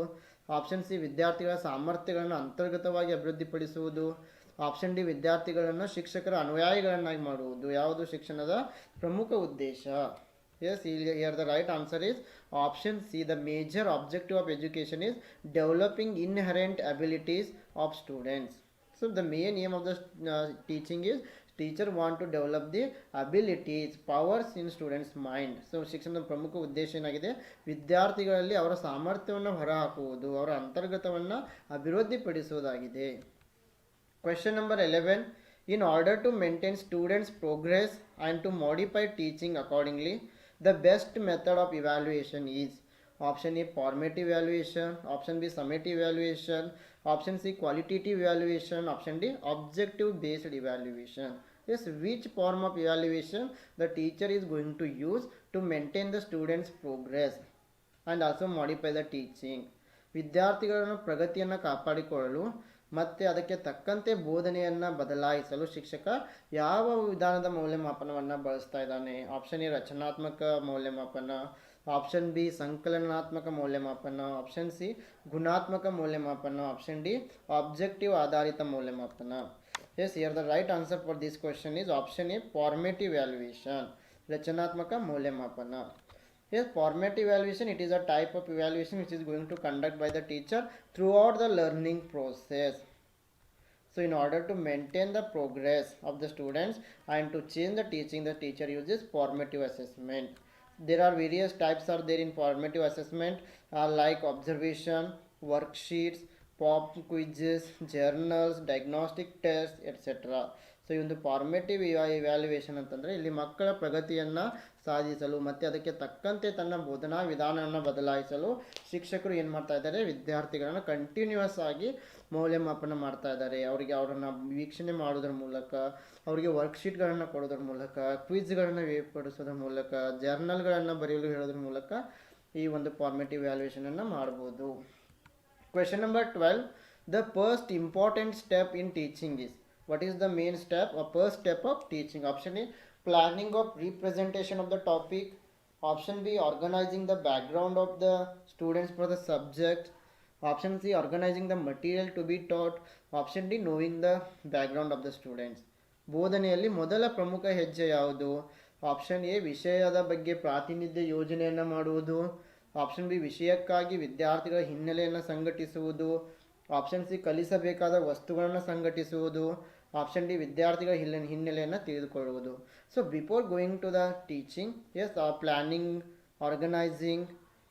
organizing material, all these are essential, but the major and the first step is, first we should know the background of the students. First we know the previous knowledge of the students, then we can plan our teaching based on the previous knowledge of the students. So here the first step is knowing the background of the students. ಇಲ್ಲಿ ಬೋಧನೆಗೆ ನಾವು ಯೋಜನೆಯನ್ನು ಹಾಕೋದಕ್ಕಿಂತ ಮೊದಲು ನಮಗೆ ವಿದ್ಯಾರ್ಥಿಗಳ ಹಿನ್ನೆಲೆ ತಿಳಿದುಕೊಳ್ಬೇಕಾಗ್ತಾ ಇದೆ. ಹಿನ್ನೆಲೆ ಅಂತಂದರೆ ಇವಾಗಲೇ ಅವ್ರ ಹತ್ರ ಎಷ್ಟು ಜ್ಞಾನ ಇದೆ ಎಂಬುದನ್ನು ನಾವು ತಿಳಿದುಕೊಂಡು ನಂತರ ಮುಂದುವರಿಬೇಕಾಗ್ತಾ ಇದೆ. ಸೊ ಆಪ್ಷನ್ ಡಿ ಸರಿಯಾಗಿದೆ. Question number 13. In dash method of teaching, teacher uses the maxim known as specific to general. Option A, analytical method.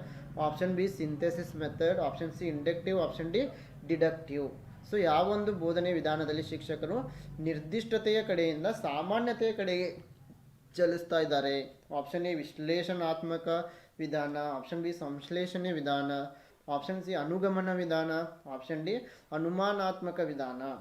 S, here the right answer for this question is option C, inductive method. In inductive method, the teacher is moving from specific to general. So ಈ ಒಂದು ಅನುಗಮನ ವಿಧಾನದಲ್ಲಿ ಶಿಕ್ಷಕ ಏನು ಮಾಡ್ತಾ ಇದ್ದಾನೆ, ನಿರ್ದಿಷ್ಟ ವಿಷಯದಿಂದ ಸಾಮಾನ್ಯ ವಿಷಯದ ಕಡೆ ಚಲಿಸ್ತಾ ಇದ್ದಾನೆ. So here deductive method means here learner proceeds from general to particular. In deductive method we are moving from general topic to particular topic, from abstract to concrete, formula to example. First we give the formula, then we are going to give example. But when it comes to inductive method, it is opposite. Here teacher is to learners, teachers, they are moving from general to from particular topic to general topic. So it is based on the logic that if something is true for a particular case and is further true for a reasonable adequate number of cases. So in this case, in inductive method, teacher is moving from specific topic to general topics. Option C is the right answer. Question number 14. Which combination of methods of teaching is likely to optimize learning? ಯಾವ ಬೋಧನಾ ವಿಧಾನಗಳ ಸಂಯೋಜನೆಯು ಕಲಿಕೆಯನ್ನು ಉತ್ತಮಗೊಳಿಸುವ ಸಾಧ್ಯತೆ ಇದೆ? Option A lecturing, discussion, seminar. Option B interactive discussions, planned lectures and power point presentations. Option C interactive lectures session followed by buzz sessions, brainstorming and projects. Option D lecturing, demonstrations and PowerPoint based presentation. Yes, here all the options are seeming correct. ಇಲ್ಲಿ ಎಲ್ಲ ಒಂದು ಆಪ್ಷನ್ಸ್ಗಳು ನಮಗೆ ಸರಿ ಅಂತ ಅನ್ನಿಸ್ತಾ ಇದ್ದಾವೆ. But the very nearest answer, very important answer is interactive lectures followed by the buzz sessions and brain storming. So option C is the right answer and also with project. So ಇಲ್ಲಿ ಸಂವಾದಾತ್ಮಕ ಉಪನ್ಯಾಸಗಳಾಗಿರ್ಬೋದು, buzz ಅವಧಿಗಳಾಗಿರ್ಬೋದು, ಬುದ್ಧಿಮತ್ತೆ ಮತ್ತು ಯೋಜನೆಗಳಾಗಿರ್ಬೋದು, ಇವು ಎಲ್ಲವೂ ಕೂಡ teaching ಪ್ರೊಸೆಸನ್ನು ಉತ್ತಮಗೊಳಿಸ್ತಾ ಇದ್ದಾವೆ. Option A B C A B D ಇವು ಕೂಡ ಸರಿಯಾಗಿದ್ದಾವೆ. Lecture, discussion, these are also going to make the teaching optimise. Interactive sessions also, PowerPoint presentation also, but all are included in the interactive lecture. So here buzz session, brainstorming, these are very important. So option C is the right answer. ಉಪನ್ಯಾಸ, ಚರ್ಚೆ, seminar ಇವು ಕೂಡ ಕಲಿಕೆಯನ್ನು ಉತ್ತಮಗೊಳಿಸ್ತಾ ಇದ್ದಾವೆ. ಇವೆಲ್ಲವೂ ಕೂಡ ಸಂವಾದಾತ್ಮಕ ಉಪನ್ಯಾಸದಲ್ಲಿ ಬರೋದರಿಂದ ಸಂವಾದಾತ್ಮಕ ಉಪನ್ಯಾಸಗಳು, ಬಜ್ ಅವಧಿಗಳು, ಬುದ್ಧಿಮತ್ತೆ ಯೋಜನೆಗಳು ಶಿಕ್ಷಣ ವ್ಯವಸ್ಥೆಯನ್ನು ಅಂದರೆ ಕಲಿಕೆಯನ್ನು ಪ್ರೋತ್ಸಾಹಿಸ್ತಾ ಇದ್ದಾವೆ. ಸೊ ಆಪ್ಷನ್ ಸಿ ಸರಿಯಾಗಿದೆ. Question number 15 is related to assertion and reasoning question. Assertion is saying that teaching aids have to be considered as effective supplements to instruction.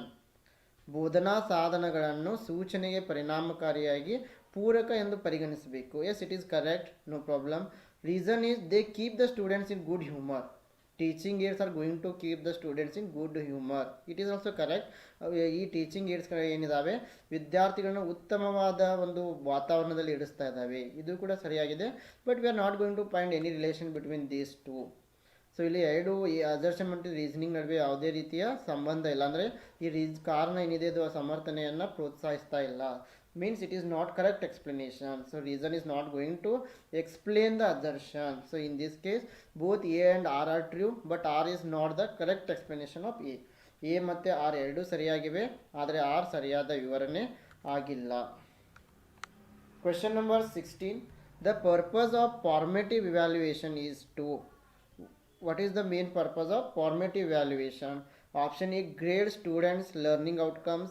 Option B accelerate students learning performance. Option C check students performance. Option D provide feedback to the teachers effectiveness. ರಚನಾತ್ಮಕ ಮೌಲ್ಯಮಾಪನದ ಉದ್ದೇಶ ಏನು? Option A ವಿದ್ಯಾರ್ಥಿಗಳ ಕಲಿಕಾ ಫಲಿತಾಂಶಗಳ grade. Option B ವಿದ್ಯಾರ್ಥಿಗಳ ಕಲಿಕೆಯ ಕಾರ್ಯಕ್ಷಮತೆಯನ್ನು ವೇಗಗೊಳಿಸುವುದು. ಆಪ್ಷನ್ ಸಿ ವಿದ್ಯಾರ್ಥಿಗಳ ಕಾರ್ಯಕ್ಷಮತೆಯ ಗ್ರಾಫನ್ನು ಪರಿಶೀಲನೆ ಮಾಡುವುದು. ಆಪ್ಷನ್ ಡಿ ಶಿಕ್ಷಕರ ಪರಿಣಾಮಕಾರಿತ್ವಕ್ಕೆ ಪ್ರತಿಕ್ರಿಯೆಯನ್ನು ನೀಡುವುದು. Yes, the right answer is option B. The purpose of formative evaluation is accelerate students learning performance. ವಿದ್ಯಾರ್ಥಿಗಳ ಕಲಿಕೆಯ ಕಾರ್ಯಕ್ಷಮತೆಯನ್ನು ವೇಗಗೊಳಿಸುವುದಕ್ಕೆ ನಾವು ಏನಂತ ಇದ್ದೀವಿ, ರಚನಾತ್ಮಕ ಮೌಲ್ಯಮಾಪನ ಅಂತ ಕರಿತಾ ಇದ್ದೀವಿ. So in formative valuation it is conducted during the development process or throughout the course we are going to conduct formative evaluation. So for example self assessment, observations, questions, discussions, etc. Question number 17. The use of teaching aids is justified on the ground of. Option A, attracting students' attention in the classroom. Option B, minimizing indiscipline problems in the classroom. Option C, optimizing learning outcomes of students. Option D, effective engagement of students in learning tasks. ಬೋಧನಾ ಸಾಧನಗಳ ಬಳಕೆಯನ್ನು ಯಾವೊಂದು ಆಧಾರದ ಮೇಲೆ ಸಮರ್ಥನೆ ಮಾಡ್ತಾ ಇದ್ದೀವಿ? Option A, ತರಗತಿಯಲ್ಲಿ ವಿದ್ಯಾರ್ಥಿಯ ಗಮನವನ್ನು ಸೆಳೆಯುವುದಕ್ಕಾಗಿ. ಆಪ್ಷನ್ ಬಿ, ವಿದ್ಯಾರ್ಥಿ ತರಗತಿಯಲ್ಲಿನ ಅಶಿಸ್ತಿನ ಸಮಸ್ಯೆಗಳನ್ನು ಕಡಿಮೆ ಮಾಡುವುದಕ್ಕಾಗಿ. ಆಪ್ಷನ್ ಸಿ, ವಿದ್ಯಾರ್ಥಿಗಳ ಕಲಿಕೆಯ ಫಲಿತಾಂಶಗಳನ್ನು ಉತ್ತಮಗೊಳಿಸುವುದಕ್ಕೆ.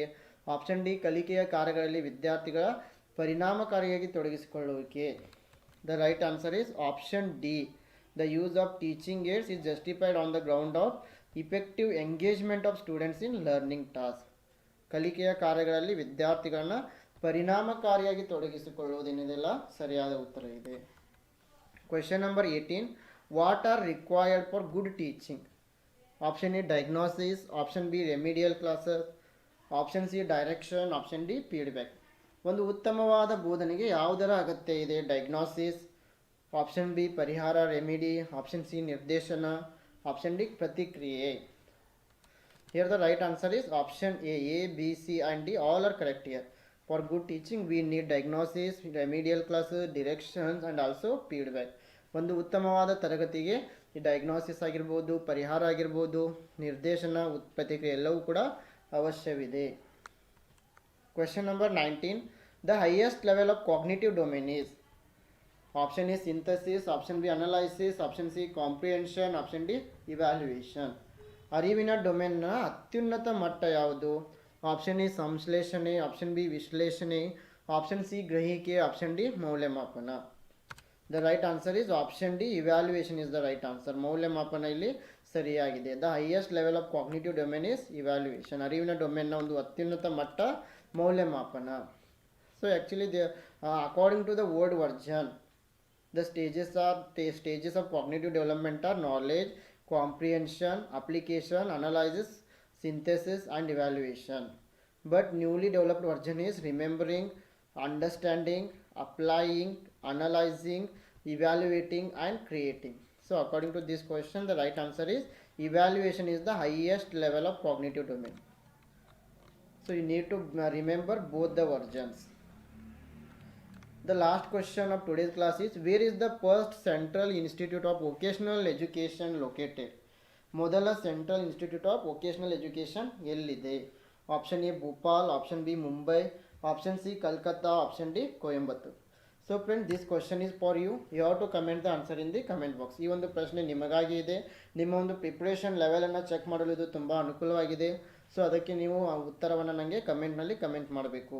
So now let us move to the questions. Here the first question is, where is the National Geophysical Research Institute located? National Geophysical Research Institute ಎಲ್ಲಿದೆ? Option A, Jamshedpur. Option B, Hyderabad. Option C, Mumbai. Option D, Jaipur. Yes, the National Geophysical Research Institute, it is located in Hyderabad. So option B is the right answer. So ಇಲ್ಲಿ ಸರಿಯಾದ ಉತ್ತರ option B ಆಗಿದೆ. So National Geophysical Research Institute, it is located at Hyderabad and it is a constituent research laboratory of the Council of Scientific and Industrial Research, which was CSIR, which was established in 1961.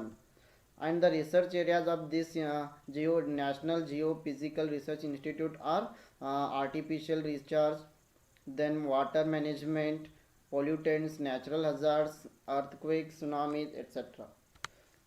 And you need to remember some research institute and their location. Center for Cellular and Molecular Biology, it is located at Hyderabad. Indian Institute of Chemical Technology in Hyderabad. National Institute of Animal Biotechnology in Telangana.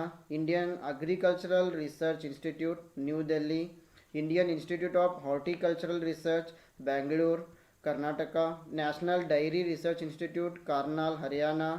Central Institute for Research on Cotton Technology, Mumbai, Maharashtra. National Metallurgical Laboratory, Jamshedpur, Jharkhand. The next question is, interview with a detailed standardized schedule is called? Option A, clinical interview. Option B, structural interview. Option C, group interview. Option D, direct interview. ವಿವರವಾದ ಪ್ರಮಾಣಿತ ವೇಳಾಪಟ್ಟಿಯೊಂದಿಗೆ ಸಂದರ್ಶನವನ್ನು ಏನಂತ ಕರಿತಾ ಇದ್ದೀವಿ? Option A clinical ಸಂದರ್ಶನ, option B ರಚನಾತ್ಮಕ ಸಂದರ್ಶನ, option C ಗುಂಪು ಸಂದರ್ಶನ, ಆಪ್ಷನ್ ಡಿ ನೇರ ಸಂದರ್ಶನ. Yes, interview with a detailed standardized schedule, it is known as the structural interview. So ವಿವರವಾದ ಪ್ರಮಾಣಿತ ವೇಳಾಪಟ್ಟಿಯೊಂದಿಗೆ ಸಂದರ್ಶನವನ್ನು ನಾವು ರಚನಾತ್ಮಕ ಸಂದರ್ಶನ ಅಂತ ಕರಿತಾ ಇದ್ದೀವಿ. So option B is the right answer. A structured interview, it is a type of quantitative interview that makes use of standardized sequence of questioning in order to gather relevant information. Question number 3. In data processing, what does the abbreviation SAP stands for? So data ಸಂಸ್ಕರಣೆಯಲ್ಲಿ SAP ಏನನ್ನು ಸೂಚಿಸ್ತಾ ಇದೆ? Option A systems, applications, products, option B sales, allocations, purchases, option C systems, authorisations, programs, option D systems, algorithms, processes. Here the right answer is option A. SAP stands for systems, applications and products. So SAP, it is one of the world's leading producers of software for the management of business data processes, and it provides future-proof cloud ERP solutions that will power the next generation of business. And also remember, SAP, it is a number. SAP number is a unique 6-digit number. So ಇದನ್ನು ನೀವು ನೆನಪಿಡಬೇಕು, SAP number ಯಾವಾಗಲೂ 6 digit ಇರುತ್ತೆ. The next question is question number 4. The issue of research ethics may be considered pertinent at which stage of research? Option A, at the stage of problem formulation. Option B, at the stage of defining the population. Option C, at the stage of data collection and interpretation. Option D, at the stage of reporting the findings. ಸಂಶೋಧನೆಯ ಯಾವ ಹಂತದಲ್ಲಿ ಸಂಶೋಧನಾ ನೀತಿಶಾಸ್ತ್ರ ಸಮಸ್ಯೆಯನ್ನು ಪ್ರಸ್ತುತ ಅಂತ ಪರಿಗಣಿಸಬಹುದು? Option A ಸಮಸ್ಯೆ ಸೂತ್ರೀಕರಣ ಮತ್ತು ಅದರ ವ್ಯಾಖ್ಯಾನದ ಹಂತದಲ್ಲಿ. ಆಪ್ಷನ್ ಬಿ ಸಂಶೋಧನೆಯ ಜನಸಂಖ್ಯೆಯನ್ನು ವ್ಯಾಖ್ಯಾನಿಸುವ ಹಂತದಲ್ಲಿ. ಆಪ್ಷನ್ ಸಿ ಡೇಟಾ ಸಂಗ್ರಹಣೆ ಮತ್ತು ವ್ಯಾಖ್ಯಾನದ ಹಂತದಲ್ಲಿ. ಆಪ್ಷನ್ ಡಿ ಸಂಶೋಧನೆಯನ್ನು ವರದಿ ಮಾಡುವ ಹಂತದಲ್ಲಿ. So the right answer is option D, at the stage of reporting the findings. ಸಂಶೋಧನೆಯ ವರದಿ ಮಾಡುವ ಹಂತದಲ್ಲಿ ರಿಸರ್ಚ್ ಎಥಿಕ್ಸ್ ಬೇಕಾಗುತ್ತೆ. The next question is, the conclusions or findings of which type of research cannot be generalized to other situations? Option A, historical research. Option B, descriptive research. Option C, experimental research. Option D, casual comparative research. ಯಾವ ರೀತಿಯ ಸಂಶೋಧನೆಯ ತೀರ್ಮಾನಗಳು ಅಥವಾ ಆವಿಷ್ಕಾರಗಳನ್ನು ಇತರ ಸಂದರ್ಭಗಳಲ್ಲಿ ಸಾಮಾನ್ಯೀಕರಿಸಲಾಗುವುದಿಲ್ಲ? Option A ಐತಿಹಾಸಿಕ ಸಂಶೋಧನೆ. ಆಪ್ಷನ್ ಬಿ ವಿವರಣಾತ್ಮಕ ಸಂಶೋಧನೆ. ಆಪ್ಷನ್ ಸಿ ಪ್ರಾಯೋಗಿಕ ಸಂಶೋಧನೆ. ಆಪ್ಷನ್ ಡಿ ಕಾರಣವಾದ ತುಲನಾತ್ಮಕ ಸಂಶೋಧನೆ.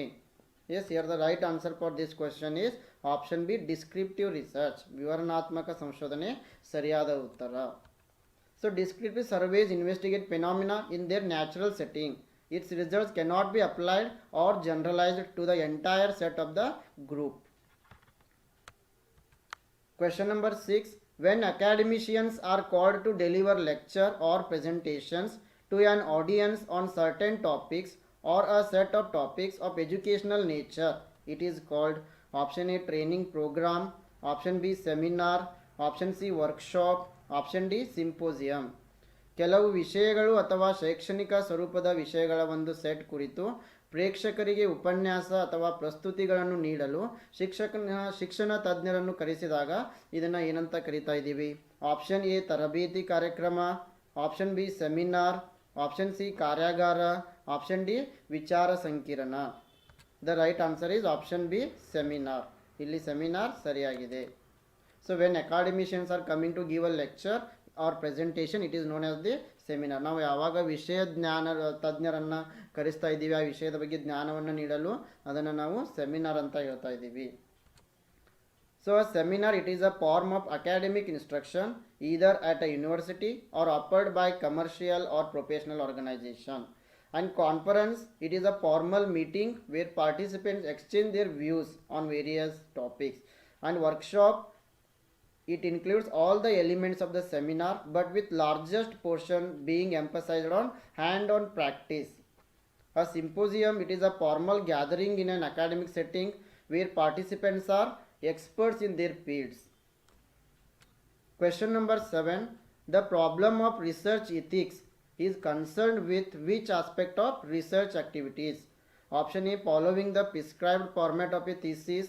Option B, data analysis through qualitative or quantitative techniques. Option C, defining the population of research. Option D, evidence based research reporting. ಸಂಶೋಧನಾ ನೀತಿಶಾಸ್ತ್ರದ ಸಮಸ್ಯೆಯು ಸಂಶೋಧನಾ ಚಟುವಟಿಕೆಗಳ ಯಾವ ಅಂಶಕ್ಕೆ ಸಂಬಂಧಿಸಿದೆ? ಆಪ್ಷನ್ ಎ, ಪ್ರಬಂಧದ ನಿಗದಿತ ಸ್ವರೂಪವನ್ನು ಅನುಸರಿಸುವುದು. ಆಪ್ಷನ್ ಬಿ, ಗುಣಾತ್ಮಕ ಅಥವಾ ಪರಿಮಾಣಾತ್ಮಕ ತಂತ್ರಗಳ ಮೂಲಕ ಡೇಟಾ ವಿಶ್ಲೇಷಣೆ. ಆಪ್ಷನ್ ಸಿ, ಸಂಶೋಧನೆಯ ಜನಸಂಖ್ಯೆಯನ್ನು ವ್ಯಾಖ್ಯಾನಿಸುವುದು. ಆಪ್ಷನ್ ಡಿ, ಪುರಾವೆ ಆಧಾರಿತ ಸಂಶೋಧನಾ ವರದಿ. Yes, the problem of research ethics, it is concern with evidence based research reporting. Option D is correct answer. ಈ ಸಂಶೋಧನಾ ನೀತಿಶಾಸ್ತ್ರದ ಸಮಸ್ಯೆಯು ಪುರಾವೆ ಆಧಾರಿತ ಸಂಶೋಧನಾ ವರದಿಗೆ ಸಂಬಂಧಿಸಿದೆ. So research ethics concerns with issues related to what is appropriate in the conduct of research. Question number 8. Which one of the following is a non-probability sampling? Option A, simple random sampling. Option B, purposive sampling. Option C, systematic sampling. Option D, stratified sampling. ಕೆಳಗಿನವುಗಳಲ್ಲಿ ಯಾವುದು ಸಂಭವನೀಯತೆ ಎಲ್ಲದ ಮಾದರಿಯಾಗಿದೆ? Option A, ಸರಳ ಯಾದೃಚ್ಛಿಕ ಮಾದರಿ. Option B, ಉದ್ದೇಶಪೂರ್ವಕ ಮಾದರಿ. ಆಪ್ಷನ್ ಸಿ, ವ್ಯವಸ್ಥಿತ ಮಾದರಿ. ಆಪ್ಷನ್ ಡಿ, ಶ್ರೇಣೀಕೃತ ಮಾದರಿ. Yes, here the right answer is option D. Stratified random sampling is known as the non-probability sampling. Yes, ಇಲ್ಲಿ ಶ್ರೇಣೀಕೃತ ಮಾದರಿ ಎಂಬುದು ಸಂಭವನೀಯತೆ ಎಲ್ಲದ ಮಾದರಿಯಾಗಿದೆ. So non-probability sampling, it is a method of selecting units from a population using subjective method. And non-probability sampling does not require a complete survey frame. It is very fast and also it is easy. And it is inexpensive. And some common non-probability sampling methods are convenience sampling, voluntary response sampling, purposive sampling, snowball sampling, and quota sampling. Question number 9. Recording of dash in qualitative research is called as memoing. Option A, reflective notes. Option B, memory notes. Option C, understanding notes. Option D, research notes.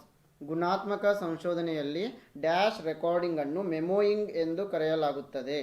Option A, ಪ್ರತಿಫಲಿತ ಟಿಪ್ಪಣಿಗಳು. Option B, memory ಟಿಪ್ಪಣಿಗಳು. Option C, ಟಿಪ್ಪಣಿಗಳನ್ನು ಅರ್ಥ ಮಾಡಿಕೊಳ್ಳುವುದು. Option D, ಸಂಶೋಧನಾ ಟಿಪ್ಪಣಿಗಳು. Yes, here the right answer is option A, reflective notes. Recording of reflective notes in qualitative research is known as the memoing. ಗುಣಾತ್ಮಕ ಸಂಶೋಧನೆಯಲ್ಲಿ ಪ್ರತಿಫಲಿತ ಟಿಪ್ಪಣಿಗಳನ್ನು ರೆಕಾರ್ಡಿಂಗ್ ಮಾಡುವುದಕ್ಕೆ ಮೆಮೋಯಿಂಗ್ ಎಂದು ಕರೆಯುತ್ತೇವೆ. So the act of recording reflective notes during a data collection and analysis it is known as the memoing. And these ಮೆಮೋಸ್ add the credibility and trustworthiness to the qualitative research. Question number 10. Standard of research journal is decided on option A, publisher. Option B, impact factor. Option C, citation index. Option D, printing of the journal. Standard of research journal ಅನ್ನು ಯಾವುದರ ಆಧಾರದ ಮೇಲೆ ನಿರ್ಧರಿಸಲಾಗುತ್ತೆ? Option A, ಪ್ರಕಾಶಕರ ಆಧಾರದ ಮೇಲೆ. Option B, ಪ್ರಭಾವದ ಆಧಾರದ ಮೇಲೆ. Option C, ಉಲ್ಲೇಖ ಸೂಚ್ಯಂಕದ ಆಧಾರದ ಮೇಲೆ. ಆಪ್ಷನ್ ಡಿ, ಪತ್ರಿಕೆಯ ಮುದ್ರಣದ ಆಧಾರದ ಮೇಲೆ. Yes, the standard of research journal, it is decided on the ground of impact factor. So option B is the right answer. So research ಯಾವ ರೀತಿ ಪ್ರಭಾವವನ್ನು ಬೀರ್ತಾ ಇದೆ ಎಂಬುದರ ಮೇಲೆ ಆ ಒಂದು ರಿಸರ್ಚ್ನ ಸ್ಟ್ಯಾಂಡರ್ಡನ್ನು ಅಳತೆ ಮಾಡಬಹುದು. So impact factors are used to measure the importance of a journal by calculating the number of times selected articles are cited within the last few years. Question number 11. A variable academic achievement will be measured on. ಶೈಕ್ಷಣಿಕ ಸಾಧನೆಯನ್ನು ಯಾವ ವೇರಿಯೇಬಲನ್ನು ಬಳಸಿ ಅಳತೆ ಮಾಡ್ತಾ ಇದ್ದೀವಿ? Option A, nominal. Option B, interval. Option C, ratio. Option D, ordinal. The right answer is option D, ordinal. Ordinal scale, if the categories of a variable can be ranked such as from highest to lowest or from most to least or from best to worst, then that variable is said to be ordinal. Question number 12. A research paper is based on primary data, secondary data, descriptive data. ಒಂದು ಸಂಶೋಧನಾ ಪ್ರಬಂಧ ಯಾವುದನ್ನು ಆಧರಿಸಿದೆ? ಪ್ರಾಥಮಿಕ data, ದ್ವಿತೀಯ data, ವಿವರಣಾತ್ಮಕ data. The right answer is option C, 1 and 2, primary data and secondary data, ಪ್ರಾಥಮಿಕ ದತ್ತಾಂಶ ಮತ್ತು ದ್ವಿತೀಯ ದತ್ತಾಂಶ. Question number 13. Which is the main objective of research? Option A, to review the literature. Option B, to summarize what is already known. Option C, to get an academic degree. Option D, to discover new facts or to make fresh interpretation of known facts. ಸಂಶೋಧನೆಯ ಮುಖ್ಯ ಉದ್ದೇಶ. Option A ಸಾಹಿತ್ಯವನ್ನು ಪರಿಶೀಲಿಸುವುದು. Option B ಈಗಾಗಲೇ ತಿಳಿದಿರುವುದನ್ನು ಸಂಕ್ಷಿಪ್ತವಾಗಿ ಹೇಳುವುದು. Option C ಶೈಕ್ಷಣಿಕ ಪದವಿಯನ್ನು ಪಡೆಯುವುದು. ಆಪ್ಷನ್ ಡಿ ಹೊಸ ಸತ್ಯಗಳನ್ನು ಅನ್ವೇಷಣೆ ಮಾಡುವುದು ಅಥವಾ ತಿಳಿದಿರುವ ಸಂಗತಿಗಳ ವ್ಯಾಖ್ಯಾನವನ್ನು ಮಾಡುವುದು. Yes, here the right answer is option D. The main objective of research is to discover new facts or to make fresh interpretation of the known facts. ಸಂಶೋಧನೆಯ ಒಂದು ಪ್ರಮುಖ ಉದ್ದೇಶ ಏನಂತಂದರೆ ಹೊಸ ಸತ್ಯಗಳನ್ನು ಅನ್ವೇಷಣೆ ಮಾಡುವುದು ಅಥವಾ ತಿಳಿದಿರುವ ಸಂಗತಿಗಳನ್ನು ವ್ಯಾಖ್ಯಾನಿಸುವುದು. Question number 14. When planning to do as social research, it is better to option A, approach the topic with an open mind. Option B, do a pilot study before getting stuck into it. Option C, be familiar with literature on the topic. Option D, forget about theory because this is very practical. ಸಾಮಾಜಿಕ ಸಂಶೋಧನೆಯನ್ನು ಯೋಜಿಸುವಾಗ ಅದು ಯಾವುದಕ್ಕೆ ಉತ್ತಮವಾಗಿದೆ? Option A, ಮುಕ್ತ ಮನಸ್ಸಿನಿಂದ ವಿಷಯವನ್ನು ಸಮೀಪಿಸುವುದು. Option B, ಅದರಲ್ಲಿ ಸಿಲುಕಿಕೊಳ್ಳುವ ಮೊದಲು ಪ್ರಾಯೋಗಿಕ ಅಧ್ಯಯನವನ್ನು ಮಾಡುವುದು. ಆಪ್ಷನ್ ಸಿ, ವಿಷಯದ ಬಗ್ಗೆ ಸಾಹಿತ್ಯದೊಂದಿಗೆ ಪರಿಚಿತರಾಗುವುದು. ಆಪ್ಷನ್ ಡಿ, ಸಿದ್ಧಾಂತವನ್ನು ಮರೆತು ಬಿಡುವುದು. The right answer is option C. When planning to do a social research, first we need to be familiar with the literature. So ಯಾವುದೇ ಒಂದು ಸಾಮಾಜಿಕ ಸಂಶೋಧನೆಯನ್ನು ಮಾಡಬೇಕಾದ್ರೆ ಆ ವಿಷಯದ ಬಗ್ಗೆ ಸಾಹಿತ್ಯವನ್ನು ನಾವು ಅಧ್ಯಯನ ಮಾಡಬೇಕು. The next question is, a researcher attempts to evaluate the effect of method of feeding on anxiety proneness of children. Which method of research would be appropriate? Case study method, experimental method, ex post facto method, survey method. ಆತಂಕದ ಮೇಲೆ ಆಹಾರದ ಪರಿಣಾಮವನ್ನು ಮೌಲ್ಯಮಾಪನ ಮಾಡಲು ಸಂಶೋಧಕರು ಪ್ರಯತ್ನಿಸ್ತಾ ಇದ್ದಾರೆ. ಹಾಗಾದರೆ ಯಾವ ಸಂಶೋಧನಾ ವಿಧಾನ ಸೂಕ್ತವಾಗಿದೆ? ಕೇಸ್ ಸ್ಟಡಿ ವಿಧಾನ, ಪ್ರಾಯೋಗಿಕ ವಿಧಾನ, ಎಕ್ಸ್ ಪೋಸ್ಟ್ ಫ್ಯಾಕ್ಟೋ ವಿಧಾನ, ಸಮೀಕ್ಷೆ ವಿಧಾನ. The right answer is option C, ex post facto method. Ex post facto study or after the fact research. It is a category of research design in which the investigation starts after the fact has occurred. Question number 16. An example of scientific knowledge is option A, authority of the prophet. Option B, social traditions and customs. Option C, religious scriptures. Option D, laboratory and field experiments. ವೈಜ್ಞಾನಿಕ ಜ್ಞಾನದ ಒಂದು ಉದಾಹರಣೆ. Option A, ಪ್ರವಾದಿ ಅಥವಾ ಮಹಾಪುರುಷರ ಅಧಿಕಾರ. Option B, ಸಾಮಾಜಿಕ ಸಂಪ್ರದಾಯಗಳು ಮತ್ತು ಪದ್ಧತಿಗಳು. ಆಪ್ಷನ್ ಸಿ, ಧಾರ್ಮಿಕ ಗ್ರಂಥಗಳು. ಆಪ್ಷನ್ ಡಿ, ಪ್ರಯೋಗಾಲಯ ಮತ್ತು ಕ್ಷೇತ್ರ ಪ್ರಯೋಗಗಳು. So the example of scientific knowledge is laboratory and field experiments. ವೈಜ್ಞಾನಿಕ ಜ್ಞಾನಕ್ಕೆ ಉದಾಹರಣೆ ಪ್ರಯೋಗಾಲಯ ಮತ್ತು ಕ್ಷೇತ್ರ ಪ್ರಯೋಗಗಳು. Question number 17. The dash of a research article is placed near its beginning. Option A, summary. Option B, abstract. Option C, synopsis. Option D, preface. ಸಂಶೋಧನಾ ಲೇಖನದ dash ಅನ್ನು ಪ್ರಾರಂಭದ ಬಳಿ ಇರಿಸಲಾಗಿದೆ. ಆಪ್ಷನ್ ಎ, ಸಾರಾಂಶ. ಆಪ್ಷನ್ ಬಿ, ಅಮೂರ್ತ. ಆಪ್ಷನ್ ಸಿ, ಸಾರಾಂಶ. Option D, ಮುನ್ನುಡಿ. The right answer is option D, abstract. The abstract of research article is placed near beginning. Question number 18. A research problem is primarily chosen depending upon its relevance, available funds, interest of the researcher, availability of literature. ಸಂಶೋಧನಾ ಸಮಸ್ಯೆಯನ್ನು ಪ್ರಾಥಮಿಕವಾಗಿ ಯಾವುದರ ಆಧಾರದ ಮೇಲೆ ಆಯ್ಕೆ ಮಾಡಲಾಗಿದೆ? Option A, ಅದರ ಪ್ರಸ್ತುತತೆ. ಆಪ್ಷನ್ ಬಿ, ಲಭ್ಯ ಇರುವ ನಿಧಿಗಳು. ಆಪ್ಷನ್ ಸಿ, ಸಂಶೋಧಕರ ಆಸಕ್ತಿ. ಆಪ್ಷನ್ ಡಿ, ಸಾಹಿತ್ಯದ ಲಭ್ಯತೆ. A research problem, it depends on its relevance. Primarily it is going to depend on the relevance. ಯಾವಾಗಲೂ ಸಂಶೋಧನಾ ಸಮಸ್ಯೆ ಅದರ ಪ್ರಸ್ತುತತೆಯ ಮೇಲೆ ಪ್ರಾಥಮಿಕವಾಗಿ ಆಯ್ಕೆ ಮಾಡಲಾಗುತ್ತೆ. So research, it is a systematic enquiry to describe, explain, predict and control the observed phenomena. It involves inductive and also deductive methods. A research problem, it is an area of concern that requires a meaningful understanding of a topic. Question number 19. Which of the following is the most recent and dependable source of information on a broad scientific topic? Option A, research paper. Option B, bibliography. Option C, reviewed article. Option D, new textbook. ವಿಶಾಲವಾದ ವೈಜ್ಞಾನಿಕ ವಿಷಯದ ಕುರಿತು ಈ ಕೆಳಗಿನವುಗಳಲ್ಲಿ ಯಾವುದು ಇತ್ತೀಚಿನ ಮತ್ತು ವಿಶ್ವಾಸಾರ್ಹ ಮೂಲವಾಗಿದೆ? ಆಪ್ಷನ್ ಎ ಸಂಶೋಧನಾ ಲೇಖನ, ಆಪ್ಷನ್ ಬಿ ಬಿಬಿಲೋಗ್ರಫಿ, ಆಪ್ಷನ್ ಸಿ ವಿಮರ್ಶೆ ಲೇಖನ, ಆಪ್ಷನ್ ಡಿ ಹೊಸ ಪಠ್ಯಪುಸ್ತಕ. The correct answer is option C review article, ವಿಮರ್ಶೆ ಪುಸ್ತಕ. Question number 20. If one variable is measured on nominal scale and the other variable is measured on interval scale, the appropriate research method will be option A experimental method, option B case study method, option C cross sectional method, option D correlational method. ಒಂದು variable ಅನ್ನು ನಾಮಮಾತ್ರದ ಪ್ರಮಾಣದಲ್ಲಿ ಅಳೆಯಲಾಗುತ್ತದೆ ಮತ್ತು ಇನ್ನೊಂದು variable ಅನ್ನು ಮಧ್ಯಂತರ ಪ್ರಮಾಣದಲ್ಲಿ ಅಳೆಯಲಾಗುತ್ತದೆ. ಸೂಕ್ತವಾದ ಸಂಶೋಧನಾ ವಿಧಾನ ಯಾವುದು? ಆಪ್ಷನ್ ಎ ಪ್ರಾಯೋಗಿಕ ವಿಧಾನ, ಆಪ್ಷನ್ ಬಿ ಕೇಸ್ ಸ್ಟಡಿ ವಿಧಾನ, ಆಪ್ಷನ್ ಸಿ ಅಡ್ಡ ವಿಭಾಗದ ವಿಧಾನ, ಆಪ್ಷನ್ ಡಿ ಪರಸ್ಪರ ಸಂಬಂಧ ವಿಧಾನ. The right answer you have to comment in the comment section.